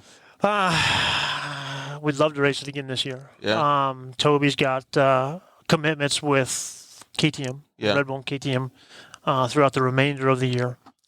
So most likely not. And we encountered this engine temperature problem, which we already know what it is just by looking at the data and all that from the Motec system.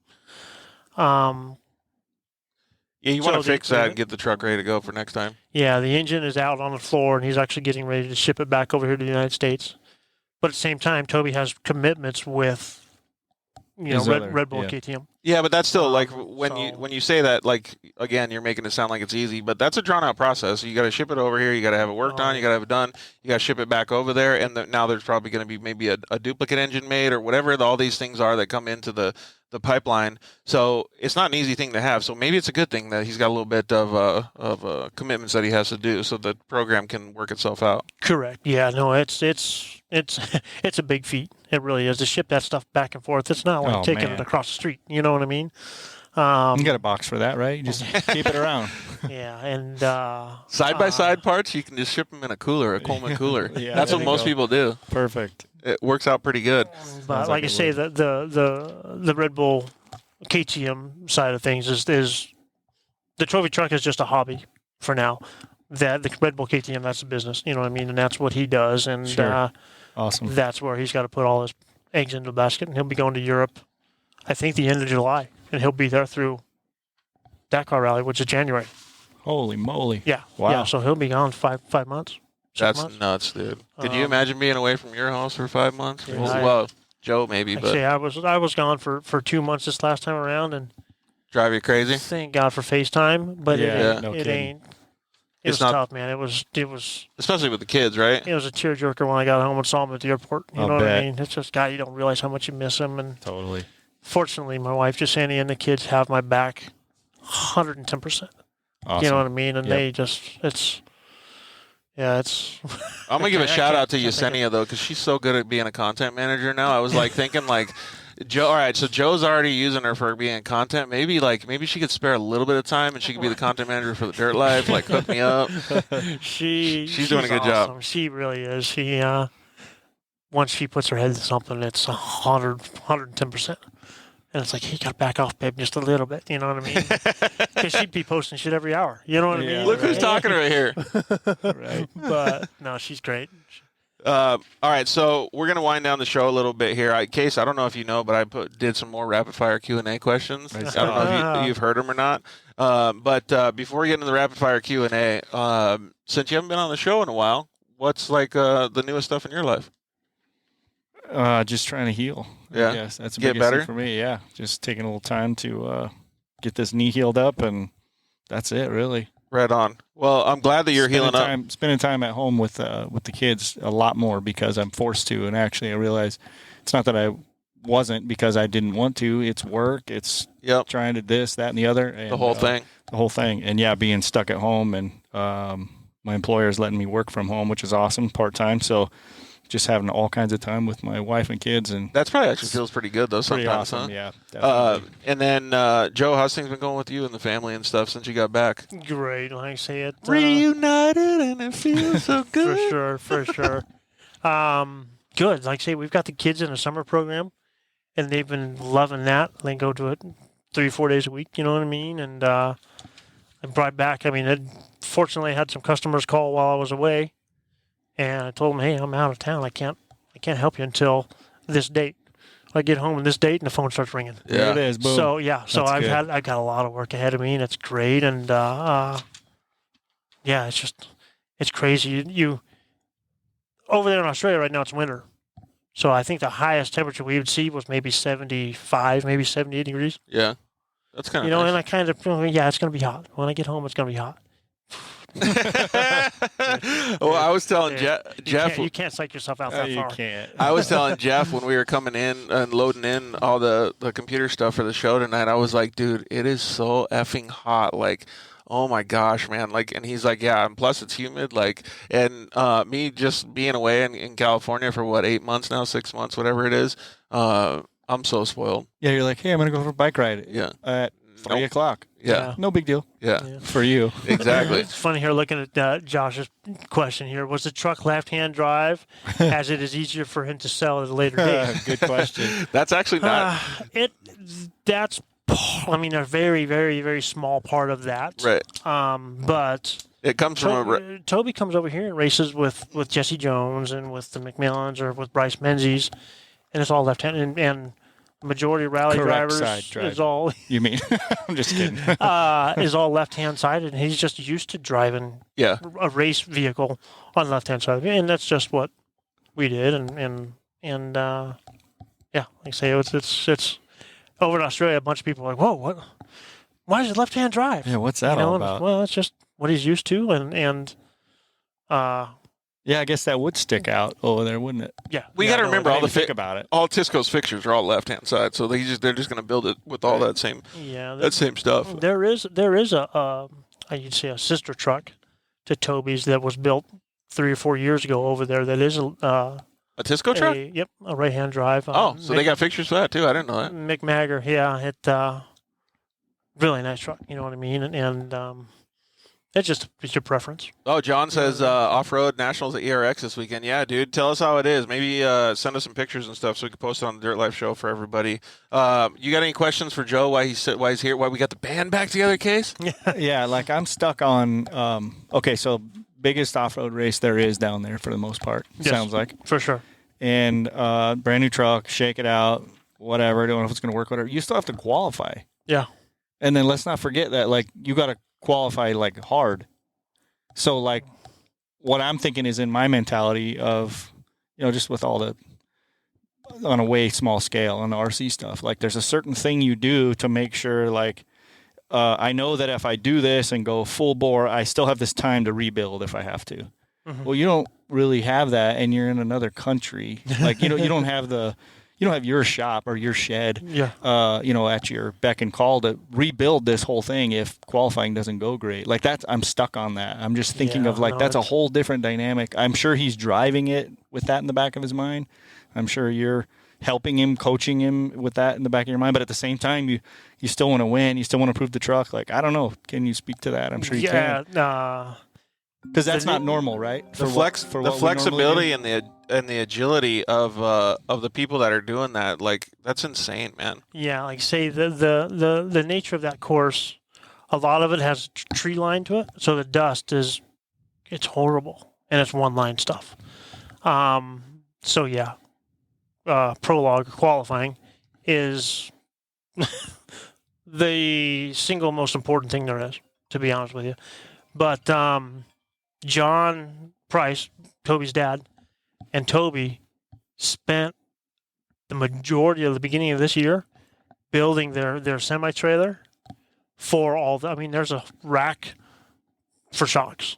Oh, sweet. And there's a rack for the gearbox. And there's, you know what I mean? Awesome. And there's vices and So everything's all lined up. We went and bought a TIG welder for the semi. Well, so and you could that's teach Tony how to weld, too. Yeah. Allie.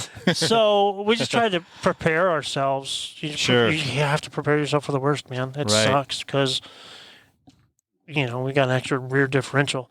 We got extra brakes. We got extra fuel pump. We got so many extras that you may never use. But that's not really normal. That's not really normal for desert racing stateside, right? Qualifying. No, That's the point. That's the point that I'm saying is such a different dynamic. Yeah. Like you still got to save the vehicle somewhat. I know you can Correct. fix it, and you could. You do whatever you had to do, but that's just like insane to me. And it's same like you said. Even the setup. You know, Oh, yeah, we totally. got our qualifying setup that we run, and Sure. and you know it's not real different, but you wouldn't race on it. You know what I mean? Right. Because qualifying is huge. It's just, I mean, Right. think about the amount of dust Yeah. one vehicle makes. Right. You know what I mean? And like I say, qualifying was it's just key. I think it brings a key, whole and- different dynamic to the event, which I'm way more intrigued about it now. Like I said earlier, it's like our Baja, but like it's different, and it almost seems like, I mean, you got to do everything right. Mm-hmm. Not that you don't have to do everything right in Baja too. Don't get me wrong, but like Yeah. you got to do two different things here. You got to go make it happen in qualifying. Yeah. I know I'm repeating myself 20 times here, but like to me, it's still just mind blowing thinking of that, because that's not what we're used to when we're following desert racing here. You know what I mean? Yeah. So cool. And like I say, the qualifying here in the States it's also crucial just because of the dust. You know what I mean? And different people have different mindsets. You know what I mean? There's people that want to be out front from the get go. Sure. You know what I mean? And then there's others that are, you know, that are a mid pack or like Jesse Jones and I would qualify 12th, 13th, 14th, 15th pretty consecutive because he wasn't a very good qualifier. So I am wrong on that. But- You do qualify for a stateside desert race. Yeah. Okay. Yeah, we do qualify over here. Okay, so I blew but that. it's No, got not all the time though. Okay. But no, yeah, not all the most of the time. correct. Okay. So So same like kind I of say, things that come into play. there's been a couple of occasions riding with Jesse Jones, and even the same thing with John Herder. We wouldn't qualify, you know, up front, but the top 5, 6, 7 guys would just check out and leave this big window of opportunity. Of no dust. Of you know what I mean? We'd weasel through a couple of people, Nice. and then I can remember Jesse Jones and I come out onto the coast on I think it was a Baja 500, and the top 4 guys you couldn't even see dust. I was like, dude, are we on the course? The same know what I course mean? as these guys, yeah, because Yeah. they're so far ahead. And Jesse Took a said- wrong turn. And Jesse looked over at me. He's like, "This is it, boys. This is it." And dude, we caught up to the back of him, and boom, we had him on time all day long. That's and we ended up awesome. having some mechanical issues. We still ended up third for the race, but That's awesome. just yeah, it's a game. You know what I mean? Sure. Unfortunately, Fink isn't much of a game because it's so fast and short.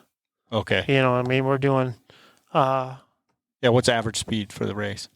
For the Fink race? Yeah, average speed is I think about 85. Dang. Yeah, it's That's moving. yeah. You're doing There's no goat 200 trails at the Fink race. No, 220 kilometers. What's 160 miles in an hour and 39 minutes. Dang. Oh, dude, you know what I Yeah, just so realized? it's I'm getting it. so pissed that we didn't get good internet because I wanted to ask Toby what his favorite tacos were. Oh, What, like type? I don't know, just the whole general Just a question. okay. Like, because I don't even know tacos exist in Australia, but if he's had them maybe down in Mexico, I don't know, dude. he would probably say lobster tacos from El Rosario. But, Really? Yeah.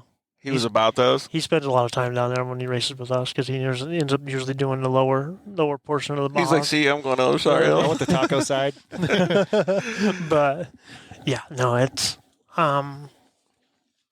yeah, the pressure never really lets off until, you know what I mean? It's Sure. and then it's just such a like this one took a while to set in.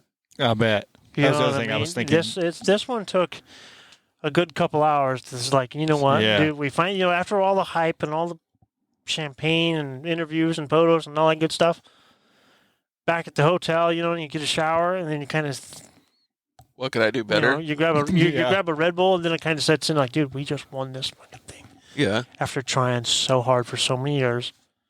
Is that when you Let's start? go do it again. You know what I mean? Totally. And are you having flashbacks of that, like staring at that needle too? Or at this Dude, point, it's just yeah, over. it You're was- like, that was just part of the show, No, or it part of was- the The process. experience. Yeah. And it was so bad because it was like all the dust is unbearable. You know what I mean? And then all of a sudden it starts, you know, the temperature starts going crazy. At the same time, the dirt gets wet, and I'm like, what the fuck? You know what I mean? And then I realized This is when we Dude, should it be just- in it. it just rained. Yeah. You know what I mean? I look in the mirror and there's not an ounce of dust. I'm like, Oh, oh, no. no. What was the ambient temperature at the time? Oh, shoot. It was 70. Oh, so you're even more pissed at the truck at that oh, point. yeah. No, it was. But I will say, Josh Howells, he was the guy in the Class 1 behind us that was catching us. And when he came into the rearview mirror, he was charging. I bet. He was charging. He also hard, knew and- everything was perfect for him. Yep. And man, we raced for another 15, 20 miles. I mean, full 100% racing. And it is so much fun. I'll bet. So much fun. And he was hanging. Nice. He was hanging, and all of a sudden he was gone. Whether he blew a corner or maybe he just said, we're not going to run with these guys. This guy's You know, I don't insane. know what it was, but he had our attention because he was not giving up. And like I say, those buggies are a twin turbocharged V10, 1,000 horsepower.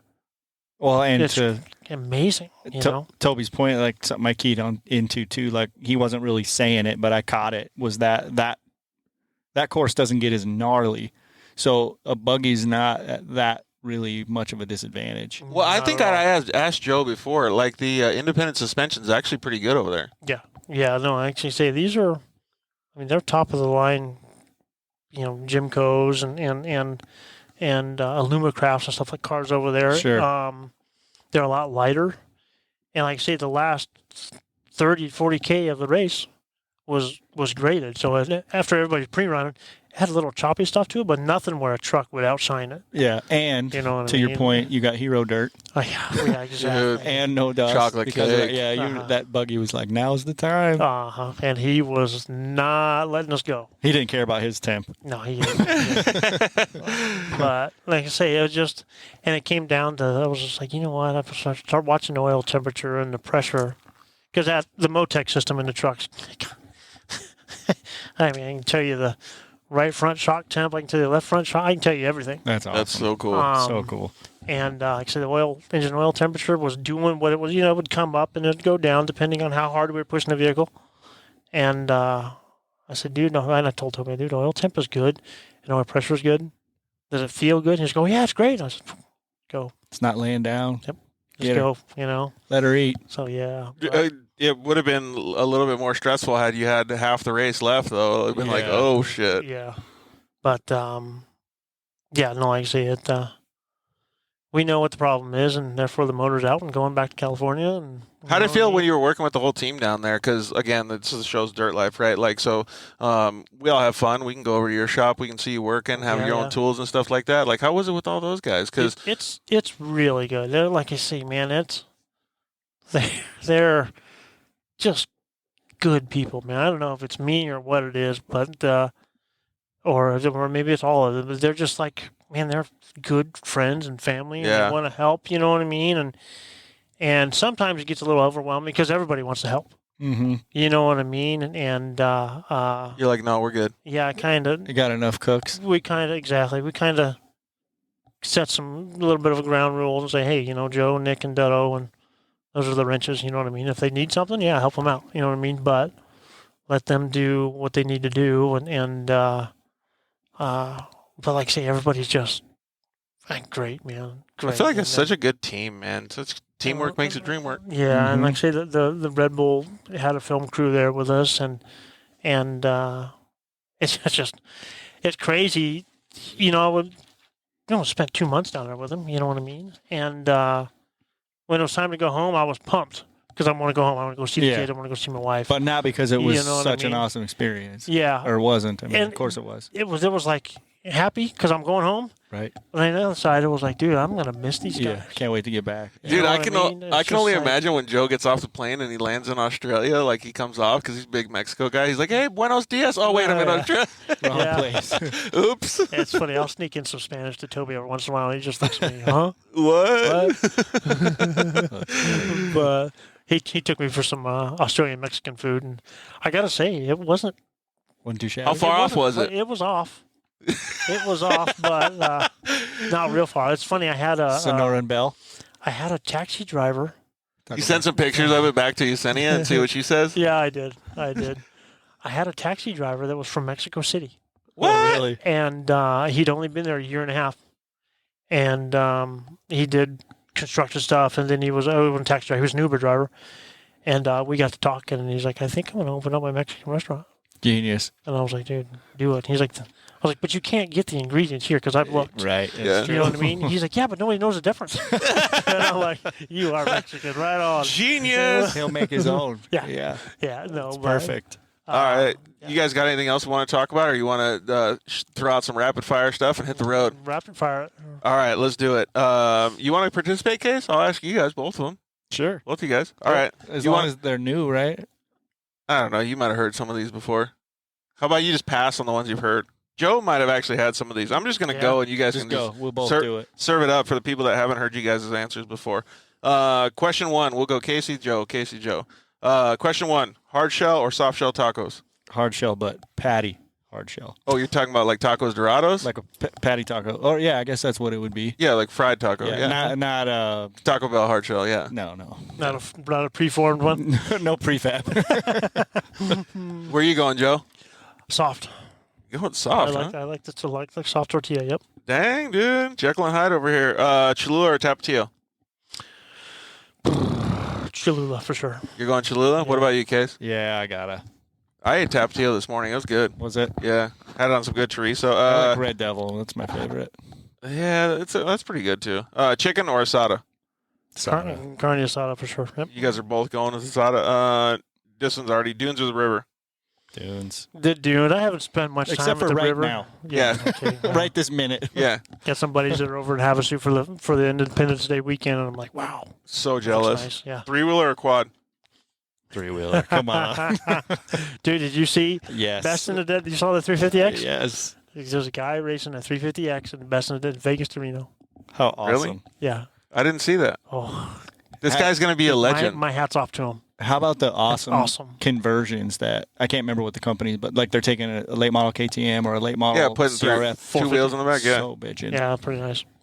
I don't know. Nothing can beat the old like 200X or 350X. So This guy's racing in Vegas to Reno. I'm like, dude, that guy's a maniac. good on you. I'm Totally. pumped. Yeah. That guy's a total maniac. Think of those- I mean, who forks- wouldn't help him? Dude, those You forks, know what I mean? Yeah. those forks are 30 plus years old, if you think about it. Hold a shock, too. They but- just have springs, no valves. Yeah. Oh, my gosh. Ferrandis or Roxon? Oh, my gosh. You know my answer. Yeah. I like Roxon. Yeah. Okay. Yeah. Good. But Well, neither one of them are. Well, I guess he's kind of adopted son, isn't he, Roxon? Yeah, he's totally out. I mean, I could pick the American guys. If you with Tomac or Cincerello, since they're both American and both on Cowie's. Cincerello, even though I think I've got this AC's figured always out. been your guy, though. He is, but I think I have this figured out. He's so tall. He rides the back of the bike. So they got to get the front end soft because he rides the back of the bike. Oh, you think that's what's it? I mean, it's easy Too to stiff? It's easy to Armchair quarterback. armchair quarterback, but like stiffen the freaking front end up and Yeah. get more arm pump. I don't know, man. I'm so bummed. He washes his front end so much, dude. Who are you going with, Tomac or Cincerello? Tomac's been good. He's been solid for a while. Tomac 2 weeks ago, I fire him Yeah. because he's been sitting here. And the last 2 weeks is like your savior. Imagine if you're sitting in your normal. I get it. It's not the same as your normal work spot, but if you're Mr. Cubicle working your thing, and all of a sudden you're the man, and they're like, "You've been giving me garbage for 2 years. Yeah. You're gone." Yeah. Go get your Yamaha, and we'll see you later. Yep. All right, that's my rant. Yeah. Sorry. Pizza rolls or jalapeno poppers? Change it up a little bit on you. Dang, both. Nah, you got to pick one, dude. You can't pick both. I'd have to do the pizza rolls. I've had nuclear Poppers? mouth burned too many times on the So you're going poppers I'm then? going to go poppers. All Even right. though I love them both. Coffee or tea? That's a boring one. We're skipping. Road bike or mountain bike? Dang it. Dirt. You're going dirt? Right now, I just want to ride anything. But Yeah, I feel you on that. I said I rode some of those e-assist mountain bikes over in Australia. They're dope. So nice. how is it accepted So over nice. there? Oh, it's huge. Good. Mountain bike stuff over there. But I mean the Australia. e-bike. Oh, Because there's too many purists here that are like, I don't know how they're You know all what I affording mean. them, but they are everywhere. no kidding. Yeah, I don't know it's how like they can dirt afford bike it. Yeah. price. Dude, yeah. I wonder how expensive they are down there. Dude, Yeah. so I brought my e-assist mountain bike. It's just an intense taser. It's an entry-level one, and it's Sweet bike. talking about price. Well, it's a sweet bike, and especially for me. But it was free. It's entry-level. $6,000 Still bucks. $6,000. Yeah, Yeah. I know. And so we got Jeff Furrier from UPR to get ride it down the street today. Did he? I bet he could not smile. Well, yeah, but it took him like 10 feet, and he had it in full boost mode, pedaling as hard as he could. He was like flying like 35 miles an hour down the road. Nice. I was like, dude, he's the perfect candidate for an e-bike. Dude, it makes it so easy to go on a long ride. Yeah, I agree. It just, you know what I mean? It's like Yep. painless. right. Yeah, you could do 30 miles with like no problem. Yeah, like I said, I just said it on the Eco softest, or the softest setting there was, and all you need is a little assistance on the uphill stuff. You know The what I best mean? thing about it, though, is Casey and I talked about this for like an older person, dude like me with a little bit of a not so strong legs. Like, it's the great equalizer, dude. It for is. sure. It's super And cool. that's why I'm asking, because maybe over there it's not so gnarly. Like, people have too many platforms and Yeah. soapboxes over here. Like the elitist roadies, like, yeah, it's not as good if you have to. That's stupid, because maybe not everybody's a. I get more of a workout on my e-bike in eco in the like rough dirt terrain than I do on my road bike that has no motor at all. right. It's just a little different suffering, but Sure. like the workout is still just as hard on the e-bike. That's what bums me out of why it's got so much controversy. Oh, we don't care, right? We're just going out dirt and stuff. We're not messing up trails. Oh, it's dude, ridiculous. But you know what I mean? Like, there's yeah. still this whole group of whatever. It is I what get it is. eye-fucked all the time, but I'm just like, dude, just get out of here. Like, it's okay. It seems like over there in Australia, it's just, dude, if you're out, everyone's hell Good. yeah, Yeah. high fives. Maybe Get they over haven't Yeah. found Strava yet. Exactly. If you think it's bad here in Arizona, do it in Southern California, I can only dude. imagine. The purists over there, oh my God, it's Ugh. crazy. Okay, so rant over. Favorite soda? that. Coke. Dr. Pepper, I'm going Cactus Cooler. Red Bull. Yeah, Red Bull. Red Bull. Joe's favorite soda is Red Bull. If you could have, did you answer this one? If you could have a superpower, what would it be? I don't think either of you answered this one. No. If I get superpower, what would it be? I mean, we're talking any superpower. You know what the most Teleport.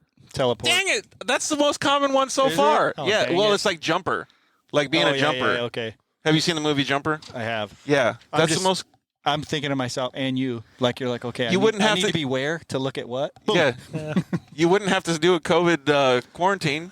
Yeah, you would. Yeah, but that's cheating then. Right. You know what I mean? I don't know. There's too many options. I'm overthinking it already. My superpower would be to make Already I'm overthinking Totally. superpowers. to sprinkle fairy dust over the whole earth and to make everybody a good person.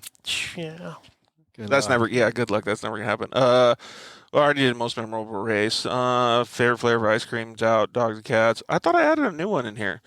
Actually, this is a pretty good one since Independence Day. Hot dog or hamburger? Burger. What kind of hot dog? Sonoran dog? Done. Sold. All every day of the week. Nah, we can't do Sonoran dogs on 4th of July though. You This gotta, is true. because that's then not you're very- getting a little That's not too. very American. Yeah, you gotta get. Yeah, you're probably going hamburger then, huh? I went full redneck yesterday because that's me, and I had hot dogs in mac and cheese. Inside mac and cheese. In mac and cheese. Whoa, dude! It was so good. It You was better redneckinize. It was a it was a Nathan's hot dog too. Really? So good. Dang, dude. Ooh, this is a good one. I don't know if you guys can answer this on camera. Who's your celebrity crush? Got Casey stumped. My wife. I was Yeah. just gonna say, but I didn't want to. If you watched motocross this weekend, Antsy, what's his name? Who? Antsy. What's his? That's his Max license. Anstey? Yes. It's fully perfect. Like he said that. He's like, well, my wife, she's a looker. She's a this, she's that. I'm like, that is the coolest thing ever. I can show my wife, she's all pumped. But then I didn't want to like regurgitate it. So you get a pass because you didn't see it this weekend. Yeah, no, but that's my answer, of course. All right, I don't got any other new ones. I think these are all old ones. So chips and guacamole or French fries and ranch? What about French fries and guac? I don't care for the guac, so I'm gonna have to go with chips. Yeah. Fries. You mean French fries? Yeah. Chips and mayonnaise because you're a world And treasure. Coke? I saw fries and automatically. Oh no, he's Nutella now. Nutella. Big Nutella guy. No. Yeah. Have you ever had Nutella with Lay's? Bananas. Lay's. Lay's chips. Yes. That sounds pretty insane or Sweet and intense. savory. Sweet and yeah, You gotta got do some it. salt in it. Uh-huh. All right, so since we were talking about mountain bikes and we did a little rant on it, next week's guest actually is a phenomenal dude. His name is Eddie King. Eddie used to be an amazing bicycle rider, almost in the days like of us growing up as kids. Like when the Rad movie came out, he was like at the top of the game at that time. Like so, he was the Crew Jones. Like he was the badass, and Like open face helmet, even. oh yeah, and he's a downhill mountain bike racer, and Nice. unfortunately broke his back, so now he's paralyzed. I got to go riding in Phoenix with him on some trails. I think they were called like Black Mountain or something. It was intense, but he's riding a Canyon e-bike now. Awesome. And he's still a massive ambassador for the sport of mountain bikes, the sport of bicycle riding in general. He's a guy doing petitions for getting e-bikes equality, I guess you could say. Like, There we go. Just yeah. talking about it. So it's perfect that you guys said that because it'll lead into the show well. But he is just an insane, cool individual. Like he doesn't speak unless he has something good to say, kind of thing. Like he's one of those guys, and when he has something good to say, it's insane good. Cool. So I can't wait to talk with him and get a little bit more insight about the dirt life that we all live on the side outside of this motorsport stuff. Yeah. You know what I mean? Because Awesome. who on the show doesn't have a bicycle? You know what I mean? Right. Like whether it's on the road, mountain bike, bicycle, BMX, whatever it is. So Yeah, and it's funny. For the longest time, I've been wanting to get a mountain bike for my son and for myself. You know what I mean? 'Cause Yeah. I got trails out the back of my property. Tons out there, yeah. And you got to these e-bikes are you got to remortgage the freaking house though, I dude. know, It's totally. insane. it's $8,000. I'm like, what? Are the little ones expensive too? I have not even looked. Not quite, but yeah. You're like putting it into trophy truck terms. You're like, that's one half of a shock. Yeah. One half. Yeah, but still, dude, it's going to be awesome to talk with him, man. So I can't wait cool. to see what he says, and we're going to do the shot back in California, so it'll be pretty cool to have him out there since he lives in Phoenix. Maybe he'll get to even visit the beach. So we want to say thank you very much to Jeff Furrier and Tim Hawley for letting us have the show here at the shop at UPR. I think we should maybe show this camera angle once, but here's a camera angle of the some of the showroom that they have. They have tons of products. They have helmets, gloves, shoes, obviously suits, pretty much everything that you need. They got neck braces, Hans devices. All kinds of different stuff. I mean, they even got sway bars here. Yeah, and Tear-offs. What's cool about Jeff and Tim both? They're very knowledgeable in the safety of the equipment. Yeah. And what you're looking to do, and you can come in and get fitted for a suit, and no, this isn't quite right. This needs to be better here, and they're awesome. Above and beyond that, like the fire, like 2-layer, 3-layer, like Right. all the what form of racing are you doing? Like everything. What's the legal rules in your organization? Like all that stuff. So definitely want to visit upr.com and check it out. They got tons of good stuff. We tagged them in the last social media post that we did as well. So you can go over there and check those out and follow them on Instagram and stuff like that. Get fitted for your seat, not like this one for me. Yeah. No, and that's the thing. Need to is be a they little got- lower. Like I say, they got a lot of knowledge in safety for the motorsports and like I say, just seat fitment and on how the seat's supposed to be mounted and Check out these rad seat pads that we've been sitting on all night. So these seat pads are... this is the best part for sure. Yeah, dude. These fit in pretty much any race seat in the UTV that's not a suspension seat. Yep. These things are game changer. I mean, these things have been selling like crazy, too. So yeah, no, they've got I those. want one from my office chair I know. after sitting on Dude, this thing. they're so good. They're even better than like Tempur-Pedic and stuff. But, yeah, check them out. And you guys will be able to see them. Let me actually switch the camera angle and show you guys again the pad because I had it on the wrong one. But these things are insane cool. They got like memory foam, the whole deal. There's a harder foam where your butt is. I mean, these things are badass. So upr.com, check it out. Tell them that the Dirt Life sent you because we want to know where you guys are coming from. I really, really appreciate all of our sponsors, man. The guys over at KMC Wheels have been a supporter of the show. EFX Tires has done the same, been supporting the show since day one. The guys over at Shock Therapy, you can use the code DIRTLIFE at shocktherapist.com or give them a call, tell them the Dirt Life sent you. We really appreciate everything that they're doing. You can save a whole bunch of money if you go to sponsor deals at dirtlifeshow.com and just click on that link and use the code. The guys over at Zollinger Racing Products, you can use the code DIRTLIFE at ZollingerRacingProducts.com or again, go to the sponsor deals page on the Dirt Life. The guys over at Solderweld, you can use the code DIRTLIFE at Solderweld.com. And Josh and all his buddies over at Cryo Heat, they're doing some pretty amazing stuff with the UTVs, just getting them all dialed in. I even heard Max Eddy last week talking about his Polaris Razor and some of the stuff that they used to do, that they're going to do now with the shocks, but they used to do it on the Baja bikes. Mm-hmm. They would do the Cryo Heat friction, I forgot what it is, the micro polishing and the heat treated stuff on the... It's different than the titanium nitrate coating, but they do it on the shocks and the forks, and they took the same valving out and had the treatment done, and they went out there and they were like, "Dude, what the hell did you guys do to change the shocks or change the suspension?" Who rolled out the velvet? Yeah, well, not really. He's like, it probably went soft. Yeah. It was. He's like, dude, it's like blowing through this stuff like nothing because there's zero resistance on it, and he's like, we couldn't even ride it. Like, it was that much different. They didn't change one thing. They put it back exactly the same. So they had to increase all the valving and get it all dialed in. But it's pretty cool to understand that because that means that there's so much resistance just in the little parts. Mm-hmm. Yeah, bushings, O-rings, all that. Yep. And in turn, all the resistance is creating heat. Yeah. Yep. So now you don't have any resistance. You have less heat. It's just So it's cool. It's cool that the motorsports are growing, and to see that I want to call it a simple thing, but that simple scientific thing that's happening with the shocks can make such a big difference.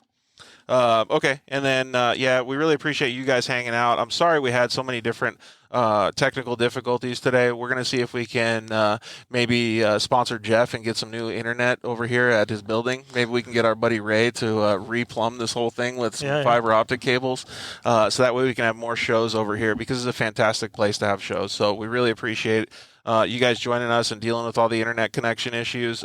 You guys are our lifeblood, so please always slide into our DMs. Come hang out with us at the Dirt Life Show on Instagram, Facebook, YouTube, wherever you can. And you guys are really making the show grow. We really appreciate the support. You guys are our lifeblood. I say it every time. And, of course, thank you very much to Casey and Joe. You guys made this thing happen. Joe was an integral part of being able to get Toby and Mark on and talk about this stuff. So we really appreciate you guys' support. Yeah, I know. That's cool. Like you say, sure. The technology and everything has gone, especially in motorsports, it's gone thugh the roof. You know what I mean? Just like you say, just now talking about the shocks. Yep. And just down to every little part, and it's crazy. Just the in the desert racing portion of it over the last 10 years, it's just not even.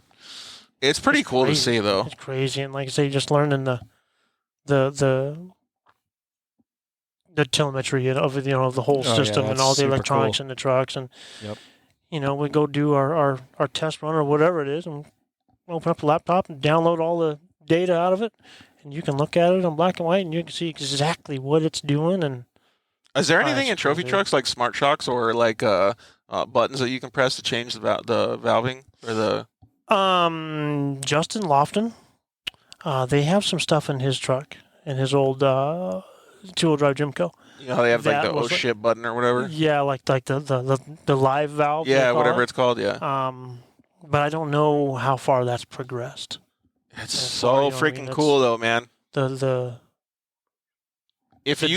big trucks have so much wheel travel that it's hard to try to zero in on that stuff, you know what I mean? But they're getting it's progressive, man. Joe's going to have a better answer than you, Casey, but like if you had to pick one thing that you would think is going to be like the next thing that happens in off-road, what would you pick?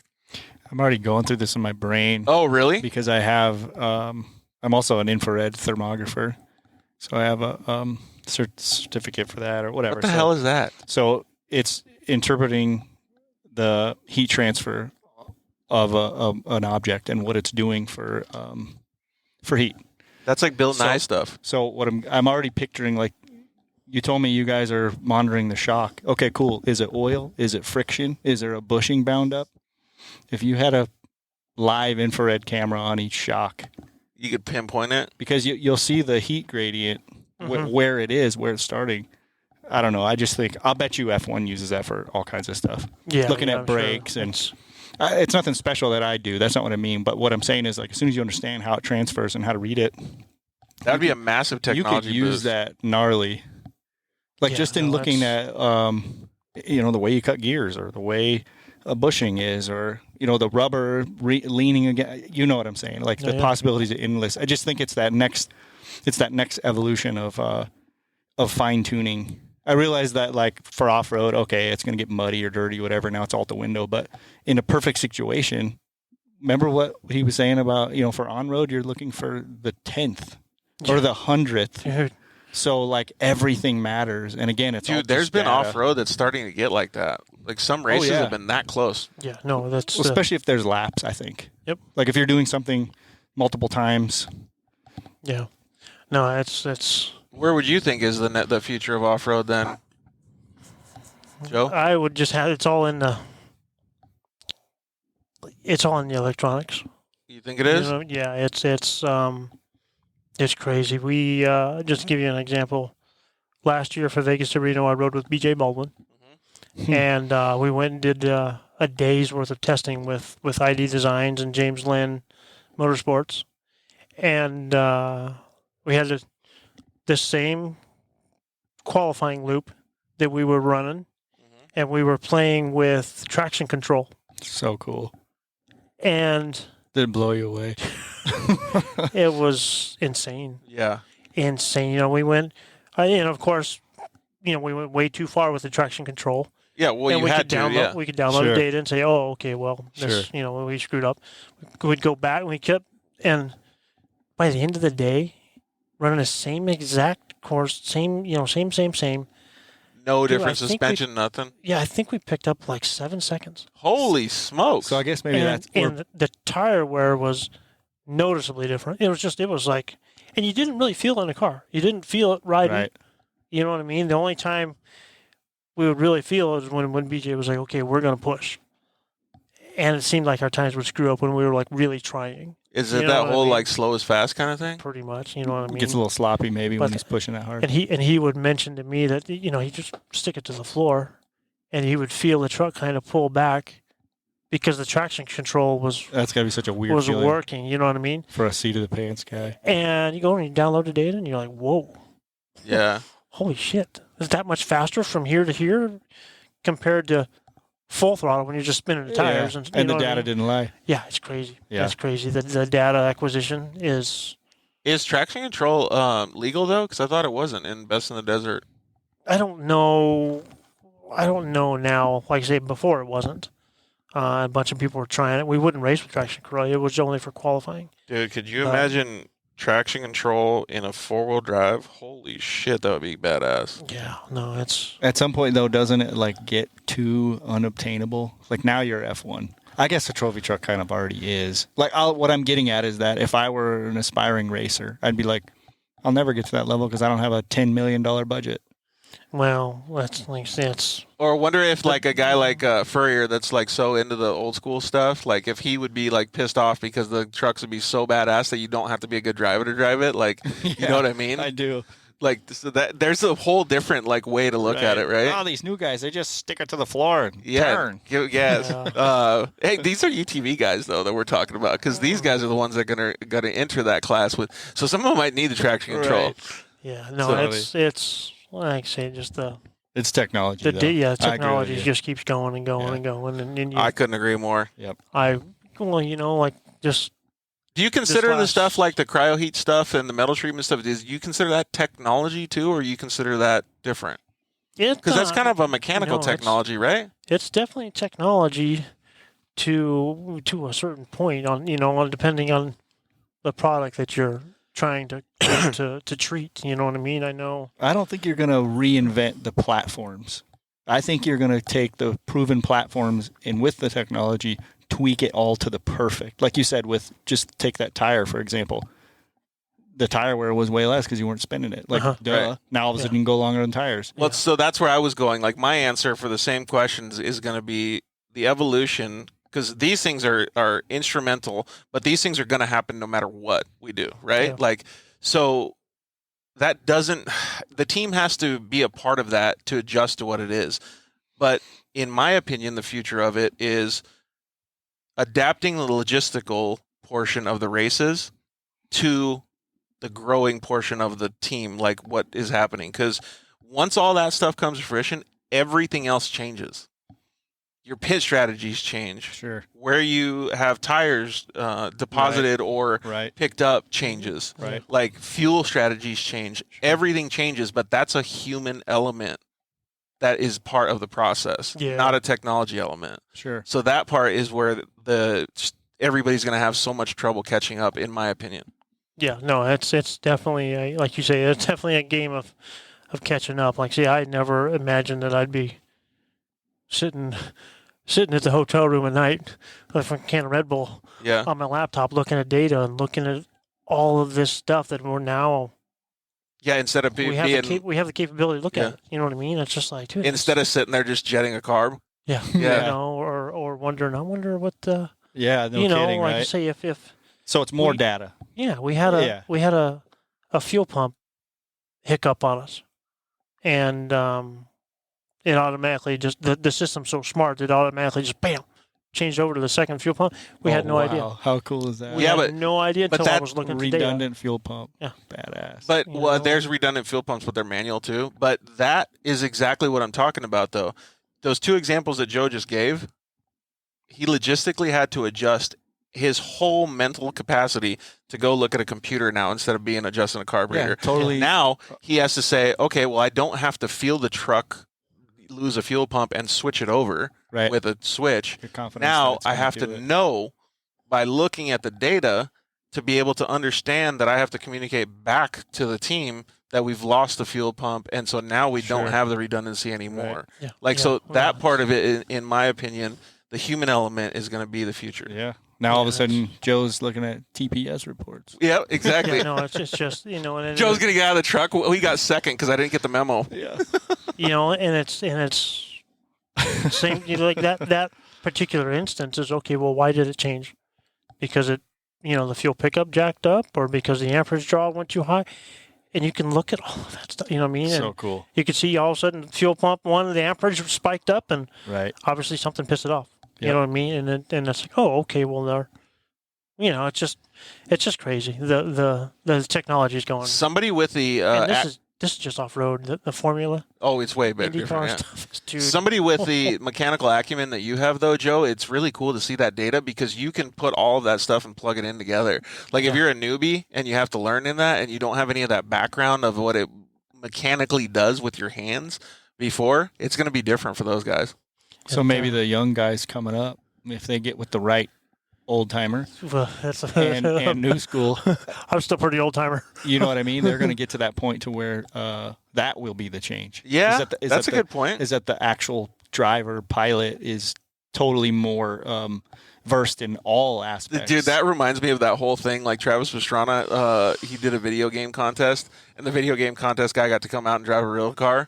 And he wasn't like half bad, but he didn't know a lot of the really important things about driving a car. Right. Like he knew the video games, he could go fast and he could control from like iRacing? Yeah. Okay. And I've like heard that. And then he got in the car and he was like decent, but then there was some really fundamental things that they didn't know. Sure. And so like that's what I hope some of these new guys don't miss. Like if they can get with the old timer and get those things, that's dude. Yeah, no, it's pretty cool. It's pretty exciting if you think about the whole thing. I had the opportunity several years ago I was at Menzies shop there in Vegas, and the Red Bull team was assembling an older Formula car, and it was probably 4 or 5 years old. But that technology 4 or 5 years ago is still insane. Dude, it made me feel they started it and he's running it off a laptop. Now he's sitting in the car. You know what I mean? And the exhaust is all Inconel, aircraft material. Just blew me away. It made me feel like you're way behind the times. Here we are, dude. We're badass Junkyard trophy dog. truck guys. You know what I mean? full on junkyard dog. It was just like, wow, this is old technology. Yeah. To them. Kidding. Yeah. You know what I mean? It's really neat. Really, really neat to see that stuff. But like you say, it's taken some of the driver out of it. Yeah. You know what I mean? Agreed. And the old school grit guy that knows, there's something wrong with it. I can feel it. Counter steer. What? Yeah. Traction control does that. Yeah. I got it taken care of for me. All right, boys. You got anything else before we hit the road? No, thank you for having us, man. Yeah, I Thanks, appreciate everything that you guys have done for the show. You guys have been big supporters, so it means a lot to me. All right, guys. So, like I said, you guys can check us out every week at Monday nights at 5 p.m. Dirt Life Show is always live. You can also check us out on Thursdays, too, because we're now live on Instagram as well, as long as we have a good internet connection, that's for sure. So, we appreciate you guys hanging out with us. Like I said, feel free to message us anytime. If you got any questions and you're in Southern Arizona and you want to have JTech Motorsports on Instagram? Yeah, JTech Motorsports, yep. His wife will be sure to answer. Yeah. God knows I do. Her content game is off the chain. So definitely slide into Joe's DMs, though, because he can help you out if you guys have suspension needs on your car, whatever it is, maybe some maintenance services, whatever. So, and obviously it's going to be top notch too. So, and like I said, Case, I appreciate it. I hope you heal up. It's good to see you walking around, at least on crutches now. So, How long of a recovery are they forecasting? Probably another month or so. Okay. before you can put pressure on it. Yeah. Yeah. Good. So, well, I'm glad that you're doing better. It's not your first definitely. broken bone, but we No, definitely not want it to be even your close, last. It definitely is the worst one because I'm old. Yeah. Is that how it works? We all get older. No joke. All right. Well, we're going to leave you guys on that note. Don't get broken. We love you guys. We'll see you guys next week with Eddie King. Stop by on Thursday. We love you guys. Good night. Thanks. Thanks for listening to The Dirt Life Show.